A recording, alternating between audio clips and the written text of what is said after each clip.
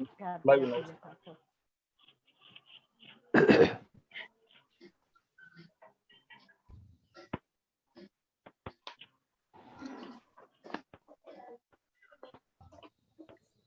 पराग भाई हाँ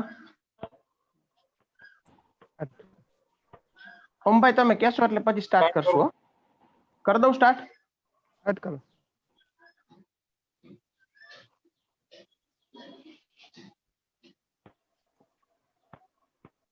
स्टार्ट करो हाँ ऑडिबल ओके जय Shri Krishna good morning and नमस्कार to one and all present here.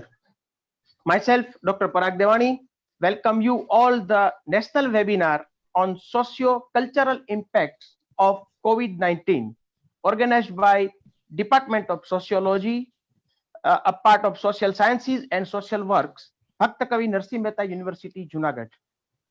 At the very outset, I seek blessings of Almighty God and good wishes and constant support of our beloved and honorable Chief Minister of Gujarat, Sri Vijayabhai Rupani, Honorable Minister of Education, Sri Bhupendra Singh Chudasama, Honorable Education Minister State, Srimati Vibhavariben Dave, and Honorable Principal Secretary Education, Anju Sharma Madam.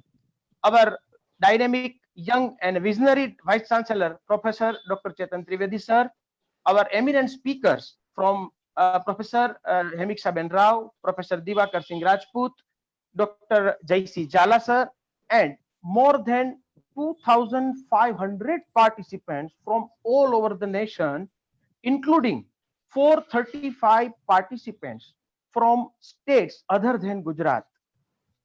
All of us are aware of the fact that COVID-19 has changed the face of the world.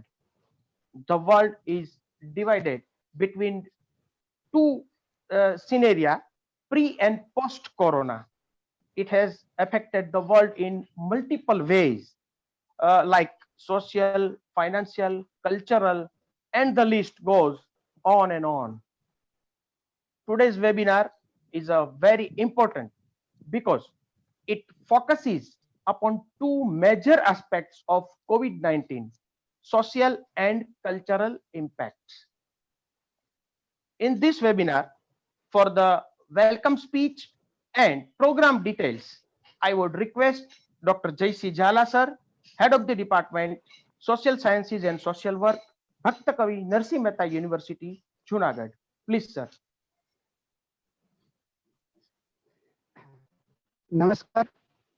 भक्त कवि नरसिंह मेहता विश्वविद्यालय के समाज विज्ञान एवं समाज कार्य विभाग द्वारा आयोजित कोविड-19 सोशियो कल्चरल इम्पैक्ट्स राष्ट्रीय वेबिनार में उपस्थित इस वेबिनार के अध्यक्ष एवं हमारे विश्वविद्यालय के युवा कुलपति एवं हमारे पथदर्शक एवं मार्गदर्शक प्रोफेसर चेतन त्रिवेदी साहब, आज के प्रमुख वक्ता के रूप में उपस्थित professor Hemiksha Rao madam, professor Diwakar Rajput sahab, विभिन्न विश्वविद्यालयों से जुड़े हुए विभागाध्यक्ष, अध्यापक मित्रों एवं विद्यार्थी मित्रों, सबको इस वेबिनार में मैं हार्दिक स्वागत एवं अभिवादन करता हूं। दोस्तों, हम सब जानते हैं कि कोरोना की महामारी ने न केवल मानव जीवन को प्रभावित किया है, बल्कि उसके अस्तित्व के सामने भी प्रश्न खड़ा किया है। 21वीं सदी को हम विज्ञान एवं टेक्नोलॉजी की स्वरूप में जानते हैं। विज्ञान एवं टेक्नोलॉजी के सहायता से और मानव आज और मंगल पर मानव जीवन का अस्तित्व के ढूंढ रहा है, और दूसरी ओर इस महामारी की वजह से पृथ्वी पर अपने जीवन के अस्तित्व के लिए वो जूझ रहा है। हम जानते हैं कि इस महामारी ने न केवल हमारी आरोग्य व्यवस्था को प्रभावित किया है, बल्कि मानव जीवन के सभी पहलुओं को प्रभावित किया है। पर यदि हम तो इस महामारी ने देखें तो इस महामारी के आर्थिक प्रभाव पर ज्यादा जोर दिया जा रहा है। आज प्रत्येक राष्ट्र अपनी आर्थिक व्यवस्था को पुनः प्रस्थापित करने पर जोर दे रहा है, लेकिन सामाजिक एवं सांस्कृतिक पहलू पर ज्यादा विचार नहीं किया जा रहा है। इस बात को ध्यान में रखते हुए हमने इस वेबिनार में इन दोनों पहलुओं पर जोर देने का प्रयास किया है। इस पूरी वेबिनार को हम 2 चरण में विभाजित करेंगे। पहले चरण में हम इस महामारी के सामाजिक प्रभाव के बारे में विचार करेंगे। इस विषय पर हमें मार्गदर्शन करने के लिए मुख्य वक्ता के रूप में प्रोफेसर हेमिक्षा राव मैडम उपस्थित है, जो हमें इस महामारी के सामाजिक प्रभाव के बारे में अवगत करेंगे। समय मर्यादा को ध्यान में रखते हुए मैं उसका संक्षिप्त परिचय दूं तो प्रोफेसर हेमिक्षा राव मैडम, आप उत्तर गुजरात हेमचंद्राचार्य विश्वविद्यालय के कुलपति के रूप में रह चुके हैं। आप सौराष्ट्र विश्वविद्यालय के समाजशास्त्र विभाग में विभागाध्यक्ष के रूप में सेवानिवृत्त हुए हैं। आपके मार्गदर्शन में 50 विद्यार्थियों ने पीएचडी की है, 20 से ज्यादा विद्यार्थियों ने एमफिल पूर्ण किया है। साथ ही साथ आपने 17 से ज्यादा माइनर एवं मेजर प्रोजेक्ट पूर्ण किए हैं। 14 से ज्यादा आपने पुस्तकें प्रकाशित की है। 5 से अधिक देशों में आपने शैक्षिक मुलाकातें ली है। इसके साथ साथ समाजशास्त्र विषय में आपका रुचि का विषय के रूप में sociology of development, gender study, social change एवं ट्राइबल कम्युनिटी रहा है। आपको प्रियदर्शनी जैसे 5 से अधिक राष्ट्रीय पुरुष सम्मानित किया गया है। आज भी आप यूनिवर्सिटी की प्रवृत्तियों एवं सामाजिक प्रवृत्ति में सेवा प्रवृत्त है। नेक में भी 30 से अधिक कमेटियों में चेयरमैन के रूप में आपने काम किया है। आपका परिचय बहुत लंबा है, लेकिन समय मर्यादा का ध्यान में रखते हुए मैं मर्यादित परिचय आपका देता हूं। मैडम, पुनः आपका इस वेबिनार में मैं आपका स्वागत एवं अभिवादन करता हूं। दूसरे चरण में हम इस महामारी के सांस्कृतिक प्रभाव के बारे करेंगे। दोस्तों, हम सब जानते हैं कि भारतीय सभ्यता एवं संस्कृति पुरानी संस्कृतियों में से एक है। आज भी इस महामारी का अगर कहीं पे विकल्प है तो वो संस्कृति की ओर देखना पड़ता है। इस पहलू पर प्रकाश पाड़ने के लिए हमारे साथ उपस्थित है एमएस गौर विश्वविद्यालय के समाजशास्त्र विभाग एवं समाज कार्य विभाग के अध्यक्ष प्रोफेसर दिवाकर सिंह राजपूत साहब। आपका मैं अगर तो आप एमएस गौर यूनिवर्सिटी में सोशियोलॉजी एवं सोशल वर्क विभाग के विभागाध्यक्ष के रूप में कार्यरत है। उसके साथ साथ आप इंडियन सोसाइटी ऑफ क्रिमिनोलॉजी के प्रेसिडेंट के रूप कार्यरत है। साथ साथ एमपी बोज ओपन यूनिवर्सिटी के रीजनल डायरेक्टर के रूप में भी आप कार्यान्वित है। साथ साथ आप यूनिवर्सिटी के विभिन्न एकेडमिक प्रवृत्तियों और विभिन्न प्रवृत्तियों के सदस्य के रूप में कार्यान्वित है। आपने 350 से ज्यादा गेस्ट के साथ में 50 से ज्यादा टीवी एवं रेडियो वार्तालाप भी आपने किए हैं। 5 से ज्यादा राष्ट्रीय अवार्ड से आप सम्मानित हो चुके हैं। आज हमारे साथ इस परिसंवाद में आप कोविड-19 कोरोना की वजह से सांस्कृतिक पहलू पर क्या प्रभाव है उसके बारे में हमें मार्गदर्शित करेंगे। पुनः आज हमारे बड़े सौभाग्य की बात है कि हमारे परिवाद में डॉक्टर हेमिक्षा राव मैडम एवं राजपूत साहब उपस्थित है। पुनः आप दोनों का मैं स्वागत एवं अभिवादन करता हूं। Thank you sir. पराग भाई।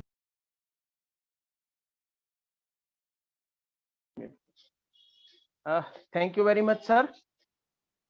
મિત્રો, થોડું ગુજરાતી લઈ લઈએ કે કદાચ આપણે જાણીએ છીએ કે આ કોરોના મહામારી જ્યારથી આવી છે ત્યારથી એટલી બધી સામાજિક અને કલ્ચર એટલે કે સાંસ્કૃતિક ઇમ્પેક્ટ એવડી મોટી થઈ ગઈ છે કે કદાચ કોઈ મા બાપનો કાળજાનો કટકો કદાચ બીજા રાજ્યમાં કે બીજા સિટીમાં હોય અને એને એની ઘરે આવવું હોય, કદાચ સરકાર એને છૂટ આપે છે ઘરે આવવા માટે અને એ ઘરે આવે છે ત્યારે એને એ ગળે નથી મળી શકતા અને એને દૂર રહેવું પડે છે.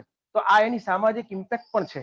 સાથે સાથે કદાચ આપણે એવું કોઈ દિવસ નહીં સાંભળ્યું હોય કે ભાઈ 8 કે 9 જણા કદાચ સાથે મળી અને પાઉંભાજી ખાતા હોય અને લોકડાઉનમાં એમને પોલીસ પકડી જતી હોય. આપણા દેશમાં આવું કોઈ દિવસ નથી બન્યું. આવી ઘણી બધી ઇમ્પેક્ટ કે જેને આજે આ કોરોનાએ આપણને બતાવી છે. તો એ જ ઇમ્પેક્ટ માટે આજે ચર્ચા કરવા માટે આપણે સૌ લોકો સાથે રહ્યા છીએ. તો હવે આપણે એમાં આગળ વધીએ. માનનીય વાઇસ ચાન્સેલર સાહેબ, હવે our honorable vice chancellor Professor Dr. Chetan Trivedi sir has to attend one more important meeting, so he has to leave us. But before he leaves, I request him to bless the event and give his presidential address to inspire us all. Please sir, Chetan sir.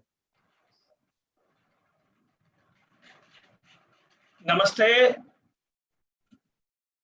Very good morning to all of you.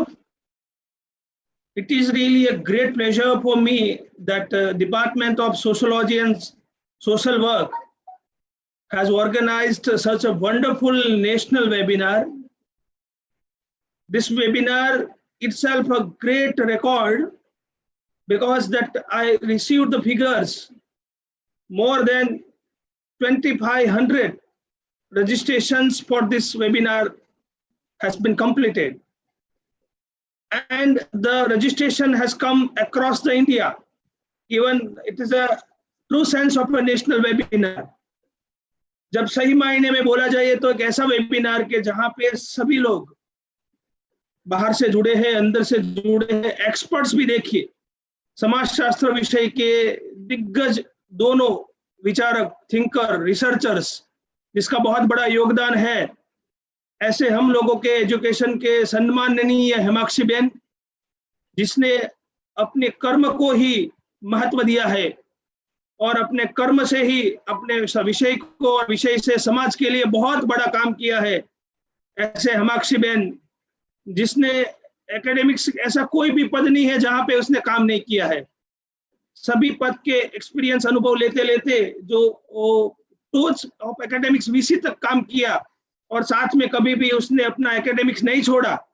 पढ़ना, पढ़ाना, लिखना, लिखाना, सोचना, सोचने के लिए मजबूर करना, ये सारी बात तो हेमाक्षी बेन की सदा कैरेक्टरिस्टिक रही है। ऐसे हेमाक्षी बेन को मैं आज वेलकम करता हूँ। आप हमारी यूनिवर्सिटी में प्रथम बार आ रही है तो आपका खूब खूब स्वागत है। मैं सोशियोलॉजी डिपार्टमेंट के अध्यक्ष प्रोफेसर झाला को भी बहुत अभिनंदन देता हूँ कि मैं आपको हर बार बोलता हूँ अच्छा करो, कुछ करो, कुछ करो, बट हर बार वो कहते हैं कि सर हम करेंगे तो बहुत अच्छा करेंगे, हम ऐसा प्रोग्राम करेंगे कि लोग याद रखेंगे। तो झाला उसकी टीम को भी बहुत अभिनंदन देता हूँ। साथ में दिवाकर जी को हम दूसरी बार मिले, कुछ दिन पहले भी वो आए थे, तो वो भी बहुत बड़े लर्नेड रिसर्चर है, स्कॉलर है, बहुत विद्यार्थियों के प्रति सोचने वाले अध्यापक है और समाज शास्त्र की बातें हैं सिर्फ बुक में नहीं, समाज के बीच में जाके किस तरह से उसका एप्लीकेशंस होता है, उसका थियोरेटिकल बैकग्राउंड से किस तरह समाज के लिए हम उपयोगी हो सकते हैं, ऐसी बातें सदैव सोचने वाले दिवाकर जी भी हमारे साथ है। उसका भी मुझे आनंद है, उसको भी मैं वेलकम कर रहा हूँ। और जो एक टॉपिक पसंद किया गया है बहुत ही एप्ट है, जिसमें आपने सोशल और cultural, these are the two sides of a coin. जब ये सोशल बातें होती है वो संस्कृति के ऊपर पूरा असर करती है। जिसकी संस्कृति होती है उसकी सभ्यता होती है, संस्कृत सभ्यता होती है उसके संस्कार होते हैं। तो ये सब पूरा समाज, संस्कृति, सभ्यता और संस्कार एक पूरा सर्कल है। वो सर्कल में से कोई एक भी पहलू डिस्टर्ब होने से पूरा साइकिल डिस्टर्ब हो जाता है। और क्या बात करें कोविड की, ये जब कोविड की बात चलती है तो उसके बारे में ना तो हम उसको मंदी कह सकते हैं, ना महामारी कह सकते हैं, ना अराजकता कह सकते हैं, ना डिप्रेशन कह सकते हैं, ना इकोनॉमिकल क्राइसिस कह सकते हैं, ना क्या बोले उसके लिए, क्योंकि उसका स्वरूप भी डिफरेंट है, परिस्थिति भी डिफरेंट है। रोज वो अपना नेचर भी बदलता है। बोल रहे हैं कि सिर्फ लॉकडाउन उसके इलाज है, सोशल डिस्टेंसिंग उसका इलाज है, तो जिस तरह से होता है वो हमें करना चाहिए। इसी बीच में कहीं ना कहीं समाज की करोड़रज्जु टूट रही है, इकोनॉमी टूट रही है, कल्चर टूट रहा है। तो इसी बारे में ये वेबिनार है, बहुत ऐसे प्रश्न लेके आएगा जिसके बारे में विचार विमर्श और संशोधन आगे जाके होगा। मैं सोच रहा हूँ, मेरे ख्याल से समाज शास्त्र विभाग में सारे गुजरात में सबसे पहला कदम है जिसने ये दोनों टॉपिक टच किए हैं। इस टाइम पे मैं बहुत आभारी हूँ एजुकेशन डिपार्टमेंट के हमारे कैबिनेट मिनिस्टर भूपेंद्र सिंह जी चुड़ासमा साहब और विभावरी बेन दवे मैडम और प्रिंसिपल सेक्रेटरी अंजू शर्मा जी, जिन्होंने सभी यूनिवर्सिटी के वाइस चांसलर और टीचर को बहुत मोटिवेट किया क्योंकि यही टाइम है जब स्टूडेंट्स घर पे है, टीचर्स घर पे है, एकेडमिशियंस घर पे है, रिसर्चर घर पे है। और मैं also I am also thankful to Zoom platform कि उसकी वजह से हम लोग इस तरह से जुड़ रहे हैं और एक ऐसा समुद्र मंथन जैसे होता है इस तरह हम लोग बातचीत करते हैं। और अगर कोई वेबिनार करने जाए तो कितना खर्च भी होता है, यहाँ पे इस प्लेटफॉर्म में इस तरह से हम मिल रहे हैं। तो इस टाइम पे मैं गुजरात के एजुकेशन डिपार्टमेंट का भी आभारी हूँ जिन्होंने हमें प्लेटफॉर्म दिया, ये करने के लिए मोटिवेट किया। और वो लोग ने इतना अच्छा प्लेटफॉर्म दिया, उसकी वजह से सिर्फ ऐसा नहीं है कि ये भक्त कवि नरसिंह मेहता यूनिवर्सिटी के विद्यार्थी जुड़ रहे हैं। आज 2500 विद्यार्थी है, इसमें से कई यूनिवर्सिटी के विद्यार्थी हम लोगों के साथ जुड़े हैं। तो ये पूरा ज्ञान का प्रचार और प्रसार है, जो एक नई सोच है, जो एक नई समझ है, जो नई अवधारणा है, वो नया डेफिनेशन है, वो इस वेबिनार से बाहर आएगा। और मैं सोचता हूँ दोनों वक्ता के बारे में कुछ बोलने से ऐसा रहेगा कि सूर्य के सामने मीनबत्ती दिखाने से लगेगा सूर्य कैसा है, तो ऐसा दुर्व्यवहार में नहीं करना चाहता हूँ। तो दोनों वक्ता अपने आप में ही बड़ी इतिहास है, वो सोशियोलॉजिकल हिस्ट्री है, दोनों वक्ता सोशियोलॉजिकल हिस्ट्री है। तो मैं उसके बारे में कुछ नहीं बोलूंगा, मगर जो बात करेंगे अभी आपको पता चल जाएगा। और मुझे विश्वास है कि जब ये वेबिनार खत्म होगा तो कई बातों के आपको सॉल्यूशन मिलेंगे और ट्रू वही होता है, it will create so many new beginnings. तो ये वेबिनार के बाद बहुत सारे ऐसे नए विषय निकलेंगे जिसके बारे में समाजशास्त्र के अध्यापक विद्यार्थीगण सोचेंगे, इसके बारे में क्या कंट्रीब्यूशन हो सकता है, किस तरह से इस बात में सोच विचार करके आप आगे जा सकते हैं। ऐसे बहुत सारे नए आयाम भी आएंगे। फिर से एक बार मैं ये सारा वेबिनार की सफलता के पीछे हम लोगों के जो यूनिवर्सिटी के पूरे वेबिनार डिपार्टमेंट चल रहा है उसके जो कोऑर्डिनेटर है और हमारे लाइफ साइंस डिपार्टमेंट के प्रोफेसर और हेड है प्रोफेसर सुहास व्यास जी, उसको भी बहुत धन्यवाद देता हूँ। उसके साथ टेक्निकल टीम में ओम जोशी जी और ऋषिराज उपाध्याय भी है। उन लोगों ने सिर्फ एक डिपार्टमेंट के नहीं लिए, पूरी यूनिवर्सिटी के लिए पूरा बहुत अच्छी तरह से आयोजन किया है। यूनिवर्सिटी के रजिस्ट्रार मयंक सोनी जी का भी अभिवादन करते हैं क्योंकि उन्होंने भी बहुत सहकार दिया है। सभी लोगों ने मिलकर टीम वर्क की तरह, क्योंकि ऐसे प्रोग्राम करना, सारे दिन में इतने इतने प्रोग्राम करना कोई सहज बात नहीं होती है, मगर जब आप चुनौती स्वीकार करते हैं तो मुश्किलें आशा हो जाती है। इस तरह से आप सब लोगों ने मिलकर जो एक कार्यक्रम किया है तो हमें बहुत खुशी है कि यूनिवर्सिटी के इतिहास में भी एक नया आयाम लिखा जाएगा और आगे जाके इस वेबिनार के दृष्टांत लोगों में दिए जाएंगे। और फिर से एक बार मैं हेमाक्षी बहन और दिवाकर जी का खूब खूब स्वागत करता हूँ और इस वेबिनार को मेरी खूब खूब शुभेच्छाएं देता हूँ। Thank you very much. Thank you very much, sir, for your valuable time and inspiration speech. Now, may I request former Vice Chancellor of Hemchandra Acharya North Gujarat University and eminent scholar, Professor Dr. Hemikshaben Rao, to give a talk on social impact of COVID-19. Please, madam. All of you, good morning and namaskar.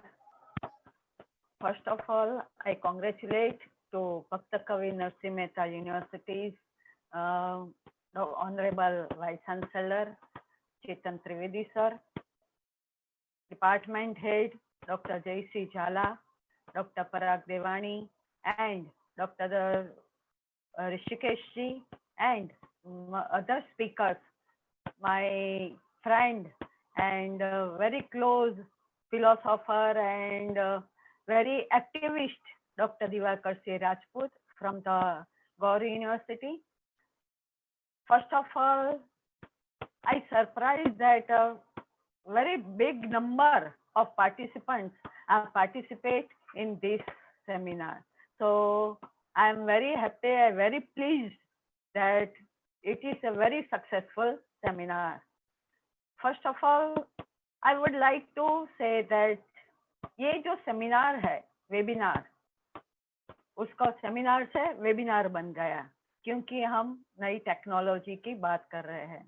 लेकिन जो बात करना चाहते हैं वो है अभी जो महामारी चल रही है कोरोना की या कोविड-19 की जो महामारी चल रही है, वो महामारी की सोशल एंड कल्चरल इम्पैक्ट क्या है इसके बारे में। क्योंकि ज्यादातर जो लोग हैं वो इकोनॉमिक इम्पैक्ट की बात करते हैं, ज्यादातर जो लोग हैं पॉलिटिकल इम्पैक्ट की बात करते हैं, ज्यादातर लोग हैं वो हेल्थ की बात करते हैं, लेकिन हम यहाँ जो आज बात करने वाले हैं वो social impact and culture impact की बात करेंगे। और मैं खुश नसीब हूँ कि आज मेरे साथ डॉक्टर दिवाकर सिंह जी ज्वाइंट हुए हैं। सबसे पहले ये जो सोशल इम्पैक्ट की बात करना चाहते हैं, तो मुझे हमारे पायोनियर सोशल कॉम्प ऑगस्ट कॉम्प याद आते हैं। हम जानते हैं कि ऑगस्ट कॉम्प ने थियरी दी थी स्ट्रक्चर फंक्शनल, और स्ट्रक्चर फंक्शनल थियरी में उन्होंने दो बात बताई थी कि जो सोसाइटी है उस सोसाइटी में दो चीजें होती है, जिसको उन्होंने सामाजिक स्थित्यात्मकता और दूसरी सामाजिक गतिशीलता की बात की थी। हम जानते हैं कि जो सोसाइटी है, सोसाइटी में बहुत सारे इंस्टीट्यूशन है। ये जो सब इंस्टीट्यूशन है वो एक दूसरे पर आधारित है, परस्परावलंबित है। उतना ही नहीं है, लेकिन हर एक इंस्टीट्यूशन की एक स्पेसिफिक फंक्शन है, वो फंक्शन उसको करना होता है। लेकिन जब एक इंस्टीट्यूशन में कुछ चेंज आता है तो उसकी जो इम्पैक्ट है दूसरे इंस्टीट्यूशन पर होती है। जैसे हम आज देख रहे हैं कि ये कोविड-19 की जो महामारी है, जो वायरस पूरे विश्व में फैला हुआ है, उसकी जो इम्पैक्ट है वो सिर्फ हेल्थ पर नहीं है, मानव जीवन पर नहीं है, लेकिन मानव जीवन के अलग अलग जो पहलू है उसी पर भी वो जो इम्पैक्ट है वो इम्पैक्ट दिखाई देती है। जैसे हम देखें कि कोरोना महामारी की वजह से लोगों की लाइफस्टाइल चेंज हो गई है, इकोनॉमी पर उसकी इम्पैक्ट हो गई है, और इसके साथ साथ मानव का हेल्थ पर भी उसकी जो इम्पैक्ट है वो हुई है। और इसी तरह से एक जो प्रॉब्लम होता है तो उसकी जो असर है वो दूसरी जो इंस्टीट्यूशन है, दूसरी जो संस्थान है, क्षेत्र है, फील्ड है, उसी पर भी होता है। तो ये जो इम्पैक्ट है वो कैसे हुई है, वो उसके बारे में आज हम थोड़ी सी बात करेंगे, क्योंकि हमारे पास समय भी बहुत कम है। लेकिन जो मेजर जो बातें हैं मैं आप सबको थोड़ी सी हाईलाइट देना चाहती हूँ। हम दूसरी बात जानते हैं कि जो सोसाइटी है वो सोसाइटी चेंजिंग सोसाइटी है। मानव के उत्पन्न काल से हम देखें, आदि काल से, तो बहुत सारे स्टेजेस है, और उसी स्टेजेस में मानव ने कुछ ना कुछ नया किया है, नई नई खोज की है।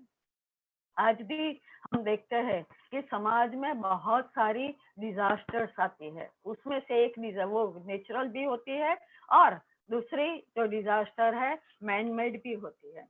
तो ये जो डिजास्टर है, और कभी कभी मैन मेड एंड नेचुरल दोनों डिजास्टर मिक्स होके एक डिजास्टर होती है। हम बता सकते हैं कि ऐसी जो महामारी है, ऐसी जो डिजास्टर है बहुत सारी आई है। हम हिस्ट्री में देखें तो फर्स्ट वर्ल्ड वॉर हुआ, सेकंड वर्ल्ड वॉर हुआ, उसके साथ साथ हम देखें तो कच्छ में भी डिजास्टर आया, पश्चिम बंगाल में ड्रॉट आया, ऐसे बहुत सारे डिजास्टर जो है आती रहती है। लेकिन जो मानव है वो मानव कुछ न कुछ तरीके से वो उसमें से हिम्मत करके बाहर निकल जाते हैं। तो हम आज कैसे उसमें से बाहर निकलना है उसके बारे में बात करेंगे, क्योंकि सिर्फ गवर्नर जो गवर्नमेंट है, गवर्नमेंट इसके बारे में कुछ ज्यादा नहीं कर पाएंगे। उसके लिए सबको साथ में मिलके काम करना पड़ेगा।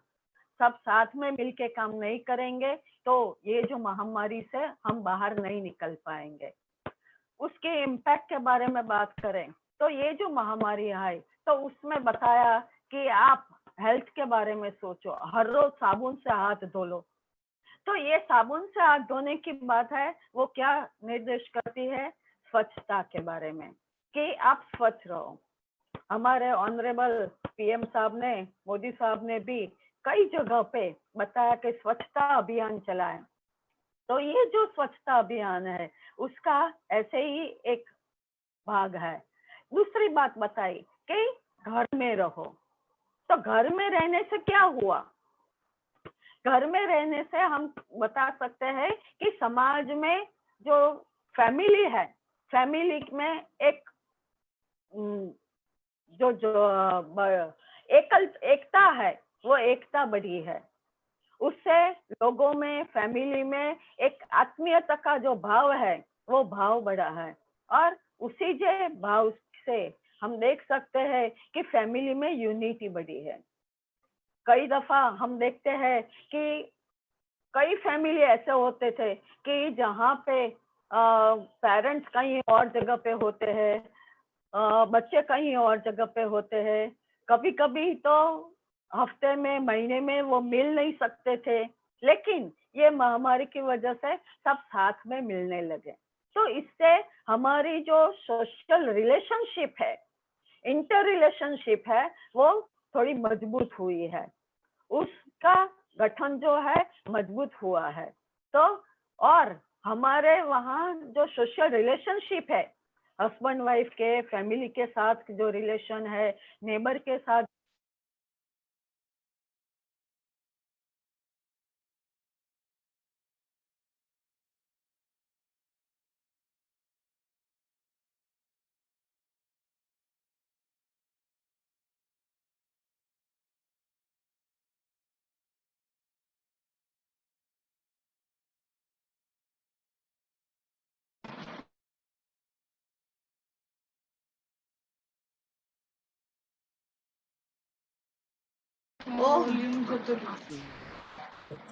वो जो इम्पोर्टेंस है, वो इम्पोर्टेंस कुछ न कुछ ज्यादा बढ़ रहा है। तो हम बता सकते हैं कि फैमिली इतना ही नहीं, लेकिन उनके साथ साथ फ्रेंड्स है, नेबर है, उनको हम पहचानने लगे हैं, उसके साथ इंटरेक्शन हमारा बढ़ा है। तो ये एक बहुत सारी इम्पैक्ट है। दूसरी एक इम्पैक्ट वो है कि वो नेगेटिव है। मेरी जान से मैं जो सोचती हूँ इससे कि हमारी सोशल स्ट्रेटिफिकेशन है, वो सोशल स्ट्रेटिफिकेशन में ऊपर जो अपर क्लास है, upper class, lower class, middle class, और कास्ट सिस्टम में देखे तो upper caste, middle class, lower caste, उसके जो रिलेशनशिप थे, उसके रिलेशनशिप में तो बहुत सारा बदलाव आया है। हमने देखा कि ये महामारी की वजह से बहुत सारे जो लेबरर्स थे, वो लेबरर्स अपना काम नहीं मिल पाया, तो उसकी वजह से वो काम छोड़ के अपने वतन वापस जाने लगे। लेकिन जब गांव में वापस गए, एक दो जो एग्जाम्पल्स भी हमारे पास है कि जब वो गांव में गए तो गांव वालों ने उसको बहिष्कृत कर दिया कि भाई चलो, आप तो बाहर से आए हो, गांव में आपकी एंट्री नहीं होगी, आप पहले क्वारंटाइन होके आओ और उसके बाद हम गांव में आपकी एंट्री करेंगे। दूसरी बात वो हुई कि वो लोग जब गांव में गए तो पहले शहर में थे तो थोड़ा मेंटली उनको लगता था कि हम गांव के, हमारे जो फैमिली मेंबर्स है उसके बड़े हैं, हमारा जो स्टेटस है थोड़ा हायर है। लेकिन जब गांव में गए तो दो भाइयों के बीच जो रिलेशनशिप थे, वो रिलेशनशिप में थोड़ा सा चेंज आ गया। उसमें दोनों तरफ के पॉजिटिव और नेगेटिव जो रिलेशनशिप है वो हुए। कई फैमिली में उसके जो रिलेटिव थे उनको एक्सेप्ट भी किया, लेकिन कई फैमिली ऐसे हुए कि उनको निग्लेक्ट भी किया। तो जब उन लोगों ने निग्लेक्ट किया तब एक पता चला कि जो सोशल बहिष्कृतता है, वो बहिष्कृतता का अनुभव होने लगा। दूसरी बात, जो मार्जिनलाइज ग्रुप था, ये लेबरर, वीमेन, गर्ल्स और बहुत सारे ऐसे जो लोअर स्ट्रेटा के लोग थे, उनको, और इनके साथ साथ जो जिसको कोरोना हुआ, वो उन लोगों को भी हम लोगों ने क्वारंटाइन कर दिया। तो उन लोगों को भी मेंटली वो फील होने लगा कि जब हम दूसरे को निग्लेक्ट करते हैं, उसको उसका इम्पोर्टेंस नहीं देते हैं, तब उनके दिमाग में, उनके मन में क्या भाव होता होगा, क्योंकि वो भी बहिष्कृत होते हैं। हम अनटचेबल्स की बात करें या दूसरे कोई छोटे जो लोअर क्लास के पीपल है, लोअर कास्ट के लोग हैं, उसके साथ के जो रिलेशनशिप है, उसमें भी हम ये जो भाव है वो एहसास करने लगे। मेंटली हमें ऐसा लगने लगा कि भी ये जो है वो अच्छी बात नहीं है, क्योंकि जब 14 दिन उनको क्वारंटाइन कर देते हैं, फैमिली को क्वारंटाइन कर देते हैं, सब लेबर नियर जो नेबरहुड है वो उन लोगों ने क्वारंटाइन कर दिया, सब फ्रेंड्स ने उनसे निग्लेक्ट कर दिया, तभी उन लोगों को एहसास हुआ कि भी ये जो बात है बहुत दिमाग को हिलाने वाली बात है, क्योंकि मेंटली वो एक्सेप्ट नहीं कर सकते हैं कि ऐसा भी हो सकता है। और ये भी एक बहुत बड़ी एक सोशल इम्पैक्ट हम कह सकते हैं। दूसरी जो सोशल इम्पैक्ट है वो मैं कहना चाहूंगी साइकोलॉजिकल।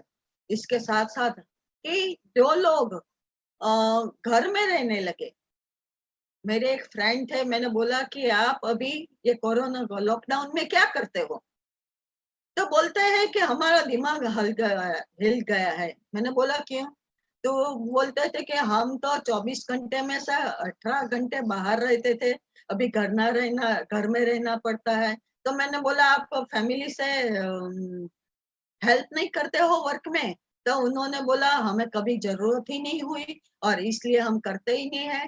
तो बिना एक्टिविटी उनको डिप्रेशन आ गया, वो गुस्से में जाते हैं, और ये जो गुस्सा है उनका, जो क्रोध है, वो अपने बच्चे और अपनी बीवी पे करते थे। मीन्स गुस्सा जो थे उनका, उनकी मारपीट होती थी। इसी तरह से डोमेस्टिक वायलेंस जो है, वो डोमेस्टिक वायलेंस का रेट जो है अभी बहुत बढ़ गया है। पहले था, नहीं था, इतना नहीं था, लेकिन अभी जो है वो उनको जो बैड हैबिट्स है, जैसे ड्रग्स उनको चाहिए, दारू चाहिए, तम्बाकू चाहिए, वो नहीं मिलते थे। तो इसकी वजह से उनका जो क्रोध है वो घर पे फैमिली मेंबर्स पर निकालते थे, उनकी पिटाई करते थे। और इसी तरह से जो फैमिली है, फैमिली में ऐसे भी बहुत सारे जो बना हुआ है वो बनते थे, घटनाएं बनती थी। इसका मतलब सोसाइटी में कौन से क्लास पे कौन सी इम्पैक्ट हुई, इस पे एक अलग सा सर्वे करना चाहिए, क्योंकि तभी पता चलेगा। एक ही जनरल कंक्लूजन हम नहीं निकाल पाते हैं, लेकिन ये जो सोशल इम्पैक्ट है, वो सोशल इम्पैक्ट हम देख सकते हैं। मेंटली जो स्ट्रेस है वो बढ़ गया है, और उसके पीछे जो कारण है, उनकी हैबिट तो है ही, लेकिन उनका ईगो, मैन का जो ईगो होता है, वो ईगो उसके पीछे एक कभी कभी कारणभूत होता है। तो ऐसे भी बहुत सारे जो इम्पैक्ट है, वो इम्पैक्ट हम देख सकते हैं। और इसमें एक बात एक और हो गई कि हमारे जो रिलेशनशिप है, वो रिलेशनशिप में भी बहुत सारा बदलाव आया।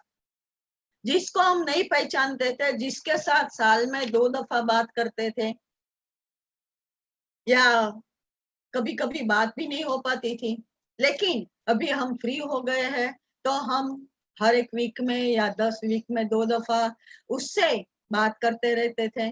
इससे हमारा एक नया ग्रुप बन गया, क्लोज ग्रुप बन गया। हमारे एक फ्रेंड तो थे, पड़ोस में हम किसी को नहीं पहचानते, उसके साथ रिलेशनशिप कम थे, लेकिन उनके साथ हमारे जो रिलेशनशिप है वो बिल्डअप हो गया है। और इसी तरह से ये जो है, ये रिलेशनशिप में चेंज आया। लेकिन उसके साथ साथ ऑनलाइन हमारे जो रिलेशन है, पहले अभी हम बोलते हैं कि ये सोशल डिस्टेंसिंग की जरूरत है, लेकिन मेरे हिसाब से और हमारे सोशियोलॉजिस्ट डॉक्टर आनंद कुमार ने उनके लेक्चर में एक दफा बताया था, और बहुत सारे सोशियोलॉजिस्ट ने बताया, ये सोशल डिस्टेंसिंग नहीं है, ये फिजिकल डिस्टेंसिंग है। सोशल डिस्टेंसिंग दूर हो गया, हम क्लोज आ गए हैं। फोन पे बात करते हैं, अभी जो हम बात कर रहे हैं वीडियो से बात करते हैं, बहुत सारे टेक्नोलॉजी का हेल्प कर मदद लेके हम हमारा जो सोशल डिस्टेंस है वो कम हो गया, सिर्फ हमारी फिजिकल जो डिस्टेंस है वो बढ़ गया। तो इसके बारे में भी ये भी एक सोशल जो इम्पैक्ट है हम बता सकते हैं। दूसरी बात कर सकते हैं कि ये जो इकोनॉमी की तो बात बहुत कम करेंगे, क्योंकि हमारा जो मेन फोकस है सोशल इम्पैक्ट की बात है। तो हेल्थ के बारे में भी देखते तो सोशल सिस्टम की चेंज हो गए। पहले हम हफ्ते में 15 दिन में बाहर होटल में खाना खाने के लिए जाते थे, अभी जो है हम घर पे ही पकाते हैं, होटल रेस्टोरेंट बंद हो गया। तो इसकी वजह से सबकी हेल्थ में इम्प्रूवमेंट आ गया, क्योंकि घर का पौष्टिक खाना खाने से, सिंपल खाना खाने से हमारी जो हेल्थ है, उनके जो प्रॉब्लम्स थे वो प्रॉब्लम्स कम हो गए। लेकिन इसके साथ साथ जो लोअर कास्ट के जो बच्चे हैं, उसमें भी हम देखते हैं कि वो भूखमरा और माल न्यूट्रिशन का जो प्रॉब्लम है वो बढ़ गया, क्योंकि उनको खाना नहीं मिलता है, रोजी रोटी नहीं है। तो कहाँ से लाए? वो थोड़ी सी रोजी रोटी मिलती थी, लेकिन वो भी बंद हो गई, पैसा आना बंद हो गया। तो इसकी वजह से ये जो लोअर क्लास के लोग हैं, उसमें ये भूखमरा और माल न्यूट्रिशन की जो प्रॉब्लम है वो प्रॉब्लम बढ़ गई है। लेकिन एक पॉजिटिव बात वो भी हो गई कि हम वीडियो कॉलिंग करके अगर कोई प्रॉब्लम है तो डॉक्टर से बात कर सकते हैं, डॉक्टर हमें प्रिस्क्रिप्शन ऑनलाइन ही देगा, और इसकी वजह से हमारा टाइम, मनी दोनों जो है और हमारी एनर्जी है वो दोनों की सेविंग होती है, क्योंकि हमें डॉक्टर के पास नहीं जाना पड़ता है, उसके वहां क्यू में बैठना नहीं पड़ता है, और हम फोन पे ही जो हमारा जो बातें है हो सकती है, हमारा जो प्रॉब्लम है वो हम सॉल्व कर सकते हैं। इसकी वजह से मुझे ऐसा लगता है कि बेरोजगारी जो है वो बहुत बढ़ गई है। एक नया कंसेप्ट इसकी वजह से आया, ये लॉकडाउन की वजह से, वर्क फ्रॉम होम। नई नई टेक्नोलॉजी का यूज करो, जैसे एजुकेशन में हम देख सकते हैं कि अभी क्लासरूम नहीं है, तो पढ़ाई करनी है तो ऑनलाइन पढ़ाई कराओ, सेमिनार करना है तो जैसे हम आज कर रहे हैं ऐसे वेबिनार करो, एग्जाम्स लेना है, गुजरात गवर्नमेंट ने अभी बोला है कि बहुत सारी जो एग्जाम्स है वो एग्जाम्स ऑनलाइन होगी। तो ये जो ऑनलाइन एग्जाम्स है उसकी वजह से गांवों में बैठे हुए बच्चे भी टेक्नोलॉजी का यूज कर सकेंगे। लेकिन इसके साथ साथ एक इम्पैक्ट वो भी हो गई है इसकी वजह से कि ये जो वर्क फ्रॉम होम है उसके कुछ नेगेटिव इश्यूज भी हम बता सकते हैं कि वीडियो कॉलिंग का हेल्प तो ले सकते हैं, लेकिन उसकी जो इम्पैक्ट है वो कि ऑफिस जैसा एटमॉस्फेयर होना चाहिए वो एटमॉस्फेयर होता नहीं है। इसके साथ साथ कम्युनिकेशन कभी कभी उसका भी मुश्किल ही हो जाती है, मुश्किल से कम्युनिकेशन हो सकता है। कभी कभी बहुत सारे लोगों में मिडिल क्लास और अपर क्लास के पास ये जो सारी फैसिलिटीज है होती है, लेकिन गांवों के जो बच्चे हैं, अभी हमारे वहाँ बहुत सारे ऑनलाइन एग्जाम्स चल रही है इंटरनल, तो उसमें देखा जाता है कि बच्चों के पास स्मार्टफोन नहीं है, लैपटॉप नहीं है, प्रिंटर नहीं है और स्कैनर नहीं है। मीन्स जो इसके लिए जो इक्विपमेंट चाहिए वो हर एक इक्विपमेंट मॉडर्न नहीं मिलते हैं। इसकी वजह से भी कभी कभी हम हमारा जो काम है नहीं कर सकते हैं। और कभी कभी ये मॉडर्न टेक्नोलॉजी की बात हम कर सकते हैं, लेकिन उसकी जो इम्पैक्ट है उसमें हम बता सकते हैं कि पॉजिटिव तो इम्पैक्ट है, हमारी टाइम, एनर्जी, मनी सब सेविंग्स हो जाता है।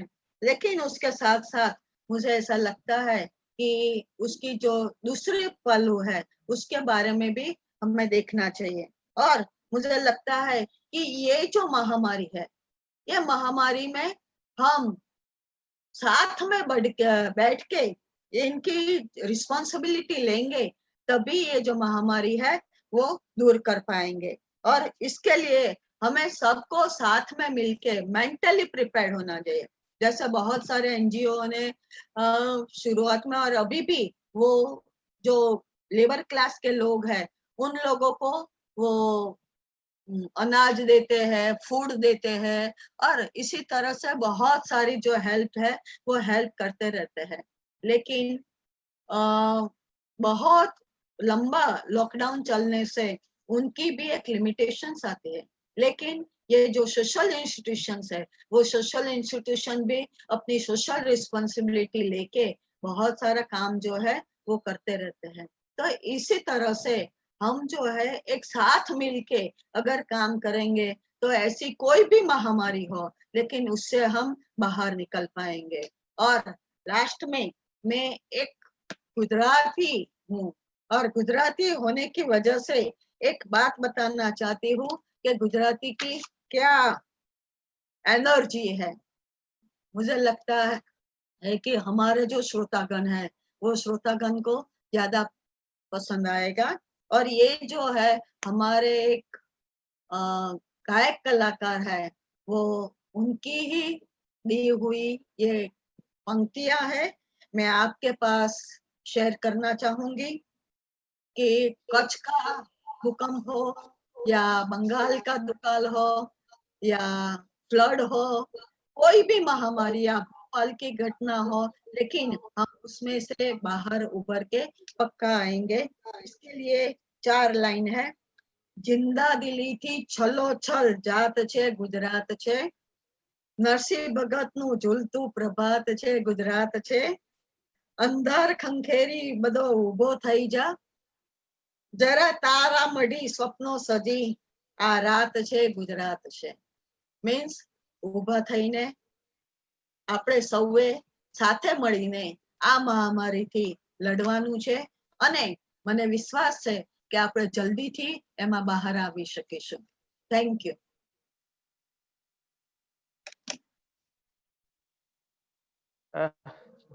Thank you very much, madam, for your very informative speech. अभी ऐसा लग रहा है कि हम लोग ये फैकल्टीज मीट के अभी आपके पास पढ़ रहे हैं और आपने अच्छी तरह से हम लोगों को information the. Thank you very much again. Thank you. Now I request Professor Divakar Rajput sir, who is the head of the Department of Social Sciences and Social Works Department, Dr. Hari C. Gaur University, Sagar, Madhya Pradesh. Please, sir. Rajput sir. धन्यवाद. सबसे पहले तो मैं विश्वविद्यालय को और आपकी पूरी टीम को बहुत बधाइयाँ और साधुवाद देना चाहता हूँ कि इतने अच्छे और जीवंत ज्वलंत विषय पर आपने इस तरह का एक वेबिनार आयोजित किया है, जिसमें हम अकादमिक विमर्श के लिए एक साथ यहाँ पर आए हैं. माननीय कुलपति महोदय और आप सभी को एक बार पुनः साधुवाद. पहले पूर्व में वक्ता पूर्व कुलपति एमेक्सा मैडम ने बहुत ही सारगर्भित रूप से अपना व्याख्यान दिया. ये जो आपने विषय चयन किया है, इसका दूसरा पक्ष है कि कोविड-19 का सांस्कृतिक प्रभाव क्या है. इस पर मैं आप लोगों के साथ में चर्चा करना चाहता हूं. जब कभी भी समाज के अंदर अनायास रूप से कुछ घटनाएं घटित होती हैं और यदि वह समस्या के रूप में हों, तब निश्चित रूप से सामाजिक संरचना, सामाजिक वर्ताव और इकाइयों के बीच में जो आपसी सामंजस्य होता है, उसमें एकदम परिवर्तन आने लगता है. और ये जो परिवर्तन होते हैं ये दो तरह से होते हैं, तात्कालिक और दूरगामी प्रभाव होते हैं। सांस्कृतिक जीवन पर पड़ने वाले तात्कालिक और दूरगामी प्रभावों की चर्चा आज मैं आप लोगों से करना चाहूंगा।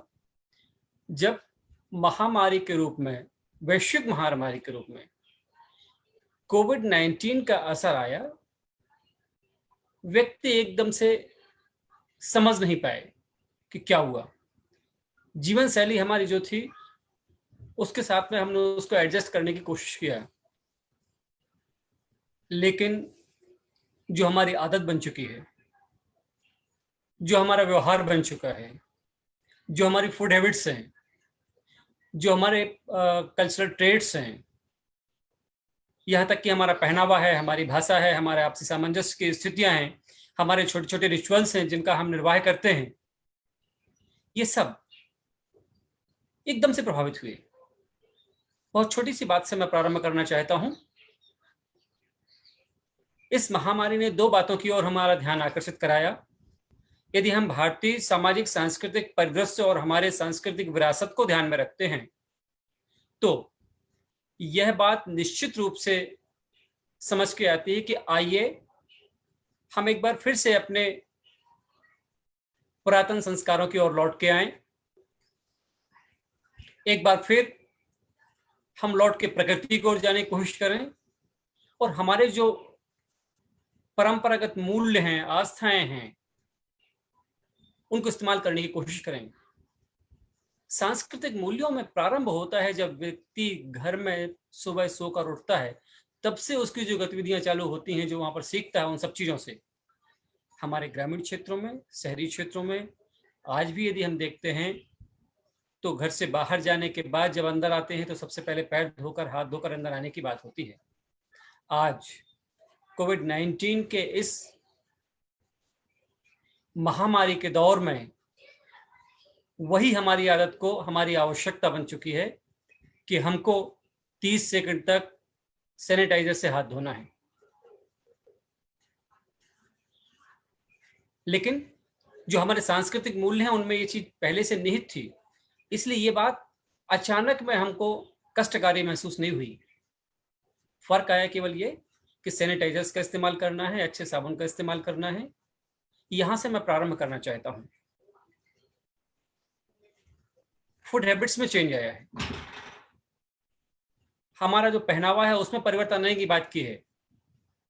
कहीं ना कहीं गमछे के रूप में, रूमाल के रूप में, दुपट्टे के रूप में और अंग वस्त्रों के रूप में मुंह को, नाक को, आंख को धूल और धुआं से बचाने की जो बात शुरू से भारतीय परिदृश्य में देखी जाती रही है, आज उसका और सटीक तरीके से इस्तेमाल करने की बात की जा रही है, वैज्ञानिक रूप से बात करने की जा रही है। तो मैं अपने सभी साथियों के साथ में इस बात को शेयर करना चाहता हूं कि ये जो हमारे सामाजिक सांस्कृतिक मूल्य हैं, ये इस समय और प्रगाढ़ हो रहे हैं। एक और बात आती है वसुधैव कुटुंबकम की। जब हमारी संस्कृति पूरे विश्व को भाईचारे के रूप में देखने की बात करती है, एक परिवार के रूप में देखने की बात करती है, अभी जो महामारी का दौर आया है इसमें हर व्यक्ति जिसको जहां आवश्यकता महसूस होती है उसको सहयोग और सहायता देने की बात करते हैं। हमारे माननीय प्रधानमंत्री जी ने भी आत्मनिर्भरता की बात की है और हमारे सामाजिक सांस्कृतिक मूल्यों में यह सन्निहित है कि हमारे जो देश की सबसे छोटी इकाई है गांव, या मूलभूत इकाई है गांव, उनको भी आत्मनिर्भर बनाने की कोशिश की जाए। समाज शास्त्र के विद्यार्थी होने के नाते हम इस चीज को बहुत अच्छे से जानते हैं कि हमारे यहाँ श्रम विनिमय का या जजमानी प्रथा का या गांव में अपने स्वयं के उत्पादन से स्वयं को निर्भर बनाने की जो बातें हैं वो सदियों से चली आ रही हैं। एक बार फिर हमको ये देखना है कि हमारे पास वो जीवन जीने की जो शैली है वो किस तरह से हमारे कलाओं को, हमारी क्षमताओं को, हमारे स्थानीय स्तर के संसाधनों को प्रबंधित करते हुए जीवन शैली के साथ जोड़ने के लिए बात करते हैं। और ये सारी बातें आती हैं कहीं ना कहीं हमारे ह्यूमन रिसोर्स डेवलपमेंट के साथ, हमारे ह्यूमन रिसोर्स मैनेजमेंट के साथ। और इसीलिए सांस्कृतिक पक्षों के अन्य बिंदुओं पर मैं बात करूं, मैं आपसे एक चीज का जिक्र करना चाहता हूं बहुत ही विनम्रता के साथ में, कि एक मॉड्यूल है जो मैंने कभी वेलफेयर ऑफ द सोसाइटी के लिए तैयार किया हुआ था, सस्टेनेबल डेवलपमेंट के लिए तैयार किया हुआ था, वो अर्पा पैराडाइग्म यहां पर पूरी तरह से फिट बैठता है। इस अर्पा पैराडाइग्म के लिए 4 इसके जो अक्षर हैं, E, R, P और A।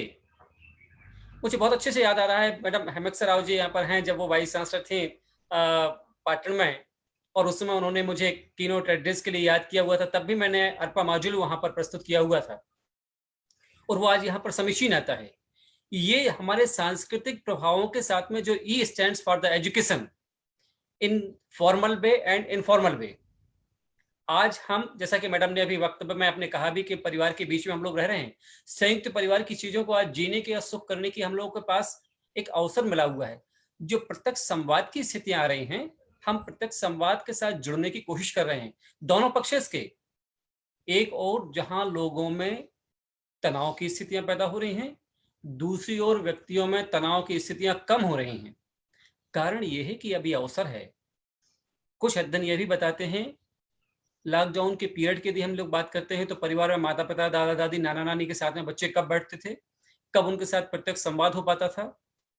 और यदि रात को वो अपने मोबाइल फोन से किसी के साथ चैट भी कर रहे हैं या बात भी कर रहे हैं, तो वो अननोन मित्र के साथ तो कर सकते थे, लेकिन अपने परिवार के लोगों के साथ में किया हो ये बहुत कम देखने को मिलता था। लेकिन अभी घर में है, परिवार में है, पहला सप्ताह जरूर उनको कष्ट में गया है। जो विभिन्न इस बीच में हम लोगों ने जो अध्ययन किया उसमें आया कि पहले सप्ताह में उनको बड़ा अनईजी सा महसूस हुआ, लेकिन दूसरे सप्ताह के बाद में उनको परिवार में संवाद के सुख को प्राप्त करना चालू कर दिया। और सांस्कृतिक मूल्यों में संवाद सबसे महत्वपूर्ण चीज होती है, और यदि संवाद है तो सहयोग पैदा होता है। और इसीलिए जो शिक्षा की प्रवृत्ति होती है, जो सामाजिकरण की बात आती है, वह पहला जो ई है उसमें इनफॉर्मल एजुकेशन के साथ में हम परिवार में रह करके 3 पीढ़ियों के साथ मिलकर के या 4 पीढ़ियों के साथ मिलकर के, या जो भी हमारे बीच में हैं, यहाँ पर एक और बात हम लोगों ने सीखी हुई है कि सीखना भी है, सहयोग भी करना है और सामंजस्य स्थापित करने की कोशिश करना है। हमारे सांस्कृतिक मूल्य आपस में एडजस्टमेंट पावर की बात करते हैं, और चूंकि लॉकडाउन के पीरियड में, सोशल डिस्टेंसिंग के पीरियड में, या इस महामारी के पीरियड में हमें सीमित संसाधनों के बीच में भी समय के साथ गुजारा करना है। बहुत से परिवारों के साथ ऐसा हो रहा है, आपके पास सब कुछ है, लेकिन उन संसाधनों को प्राप्त करने के लिए आपके पास में वो अवसर अभी नहीं है। तो जो कुछ है हमने मिल बांट के उसको देखने की कोशिश की है, मिल बांट के खाने की कोशिश की है, मिल बांट के उसको सहयोग करने की कोशिश की है। और इसीलिए जो सामाजिक सांस्कृतिक मूल्यों के अंदर आने वाली चीजें हैं, खासकर सांस्कृतिक मूल्यों में सामंजस्य और सहयोग की स्थिति को लोगों ने पैदा कराया है। तो अर्पा मॉड्यूल का जो अगला बिंदु है उस पर हम लोग बाद में बात करेंगे। पहले कुछ और चीज मैं आपसे बात करना चाहता हूं कि इस पूरे परिवेश ने लोगों को यह भी सिखाया है कि हम प्रकृति, स्वच्छता, पर्यावरण, और ये पर्यावरण दोनों तरह का, भौतिक पर्यावरण और सामाजिक पर्यावरण, सांस्कृतिक पर्यावरण, इसको कैसे बेहतर से बेहतर बना सकते हैं ताकि हम वसुधैव कुटुंबकम की ओर पहुंच सके। और वह हमारे परिवार से प्रारंभ हो रहा है। इसलिए मैंने ई की बात की थी, formal education and informal education. Formal education के रूप में आज सांस्कृतिक रूप से हमने जो कुछ सीखा, नहीं सीखा, सीखने के अवसर मिल रहे हैं, टेक्नोलॉजीज को हम लोग यूज कर रहे हैं। आज हम जो वेबिनार को यहाँ पर इस्तेमाल कर रहे हैं, ये तकनीक का इस्तेमाल है। जिन लोगों ने कभी इस तरह की तकनीकों से अपने आप को जोड़ने की कोशिश नहीं की थी, आज उसको एंजॉय कर रहे हैं। और संस्कृति के हिस्से के अंदर हमारी चीजें बनती जा रही है, जिसको हो सकता है कि हम 10 साल बाद स्वीकार करते हैं, लेकिन आज हमारी बहुत सी पीढ़ी के लोगों ने इसको अभी से प्रारंभ करना, सहयोग करना और सीखना चालू कर दिया है, अपनाना चालू कर दिया है, और ये हमारी आदत में आ चुका है। इससे टाइम मैनेजमेंट हो रहा है, इससे मनी मैनेजमेंट हो रहा है, इससे एनर्जी मैनेजमेंट हो रहा है। आगे की बातें कुछ और मैं आपसे बात करना चाहता हूँ। केवल इतना ही नहीं, कुछ ऐसी बातें जो हो रही हैं जिसके कारण से सहयोग बढ़ने के साथ ही साथ समाज में भय का माहौल भी पैदा हुआ है, जो हमारे उस सांस्कृतिक मूल्यों को तोड़ने की बात करता है। हर व्यक्ति घबरा रहा है कि ये जो कोरोना के वायरस है, किसके पास है, किसके पास नहीं है। संभालना, केयर करना, प्रिकॉशंस रखना, ये बहुत अच्छी बात है, लेकिन भयमुक्त होकर के प्रिकॉशंस रखने की आवश्यकता है। और जब भयमुक्त होकर के हम प्रिकॉशंस को रखने की कोशिश करते हैं, तब आवश्यकता इस बात की आती है कि हमने जो प्रिकॉशंस रखे हुए हैं उन प्रिकॉशंस आवाज में में प्रॉब्लम क्या आ रही अवेयरनेस तो नहीं बता रही है। कुछ जगहों पर वह अवेयरनेस देखने को मिल रही है और यहाँ तक कि उस अवेयरनेस का ने दिवाकर आज सर कहीं कहीं सोशल स्टिग्मा के रूप में दिख रही हेलो हेलो दिवाकर सर, है। सर वॉइस में प्रॉब्लम आ रहा है आपके वहाँ से। Please please.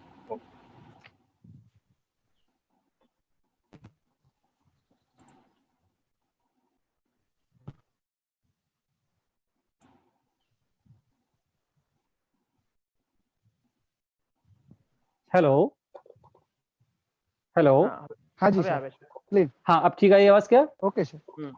हाँ चलिए, बिल्कुल, बिल्कुल। जो आपसे सुबह बात हुई थी वही हुआ कि कहीं लैपटॉप में प्रॉब्लम होता है। तो ये देखिए, तकनीक के साथ ये चीज होती है। ये भी हमारे सामाजिक सांस्कृतिक मूल्यों में कि हमको सिखा रहा है कि हमको अब इतना त्वरित होना है। पहले की जो स्थितियां थी उन स्थितियों के हिसाब से अब हम अपने आप को परिवर्तित कर रहे हैं। यदि हम मैनुअली वेबिनार्स या सेमिनार्स को कहीं चालू करने की कोशिश करते हैं तो वहां पर जिन चीजों को एडजस्ट करना पड़ता है वो एक बिल्कुल अलग बात होती है। लेकिन यहाँ पर हमको तकनीक के साथ लेके आना है तो इतना भी वेल मैनेज्ड होना चाहिए कि यदि किसी तरह से कहीं से हमारे सिग्नल्स टूटते हैं, वॉइस टूटती है, तो क्या हम त्वरित रूप से उसको इस्तेमाल कर सकते हैं। ये सांस्कृतिक मूल्यों में धीरे धीरे हमारे साथ आ जाएगा, जुड़ जाएगा।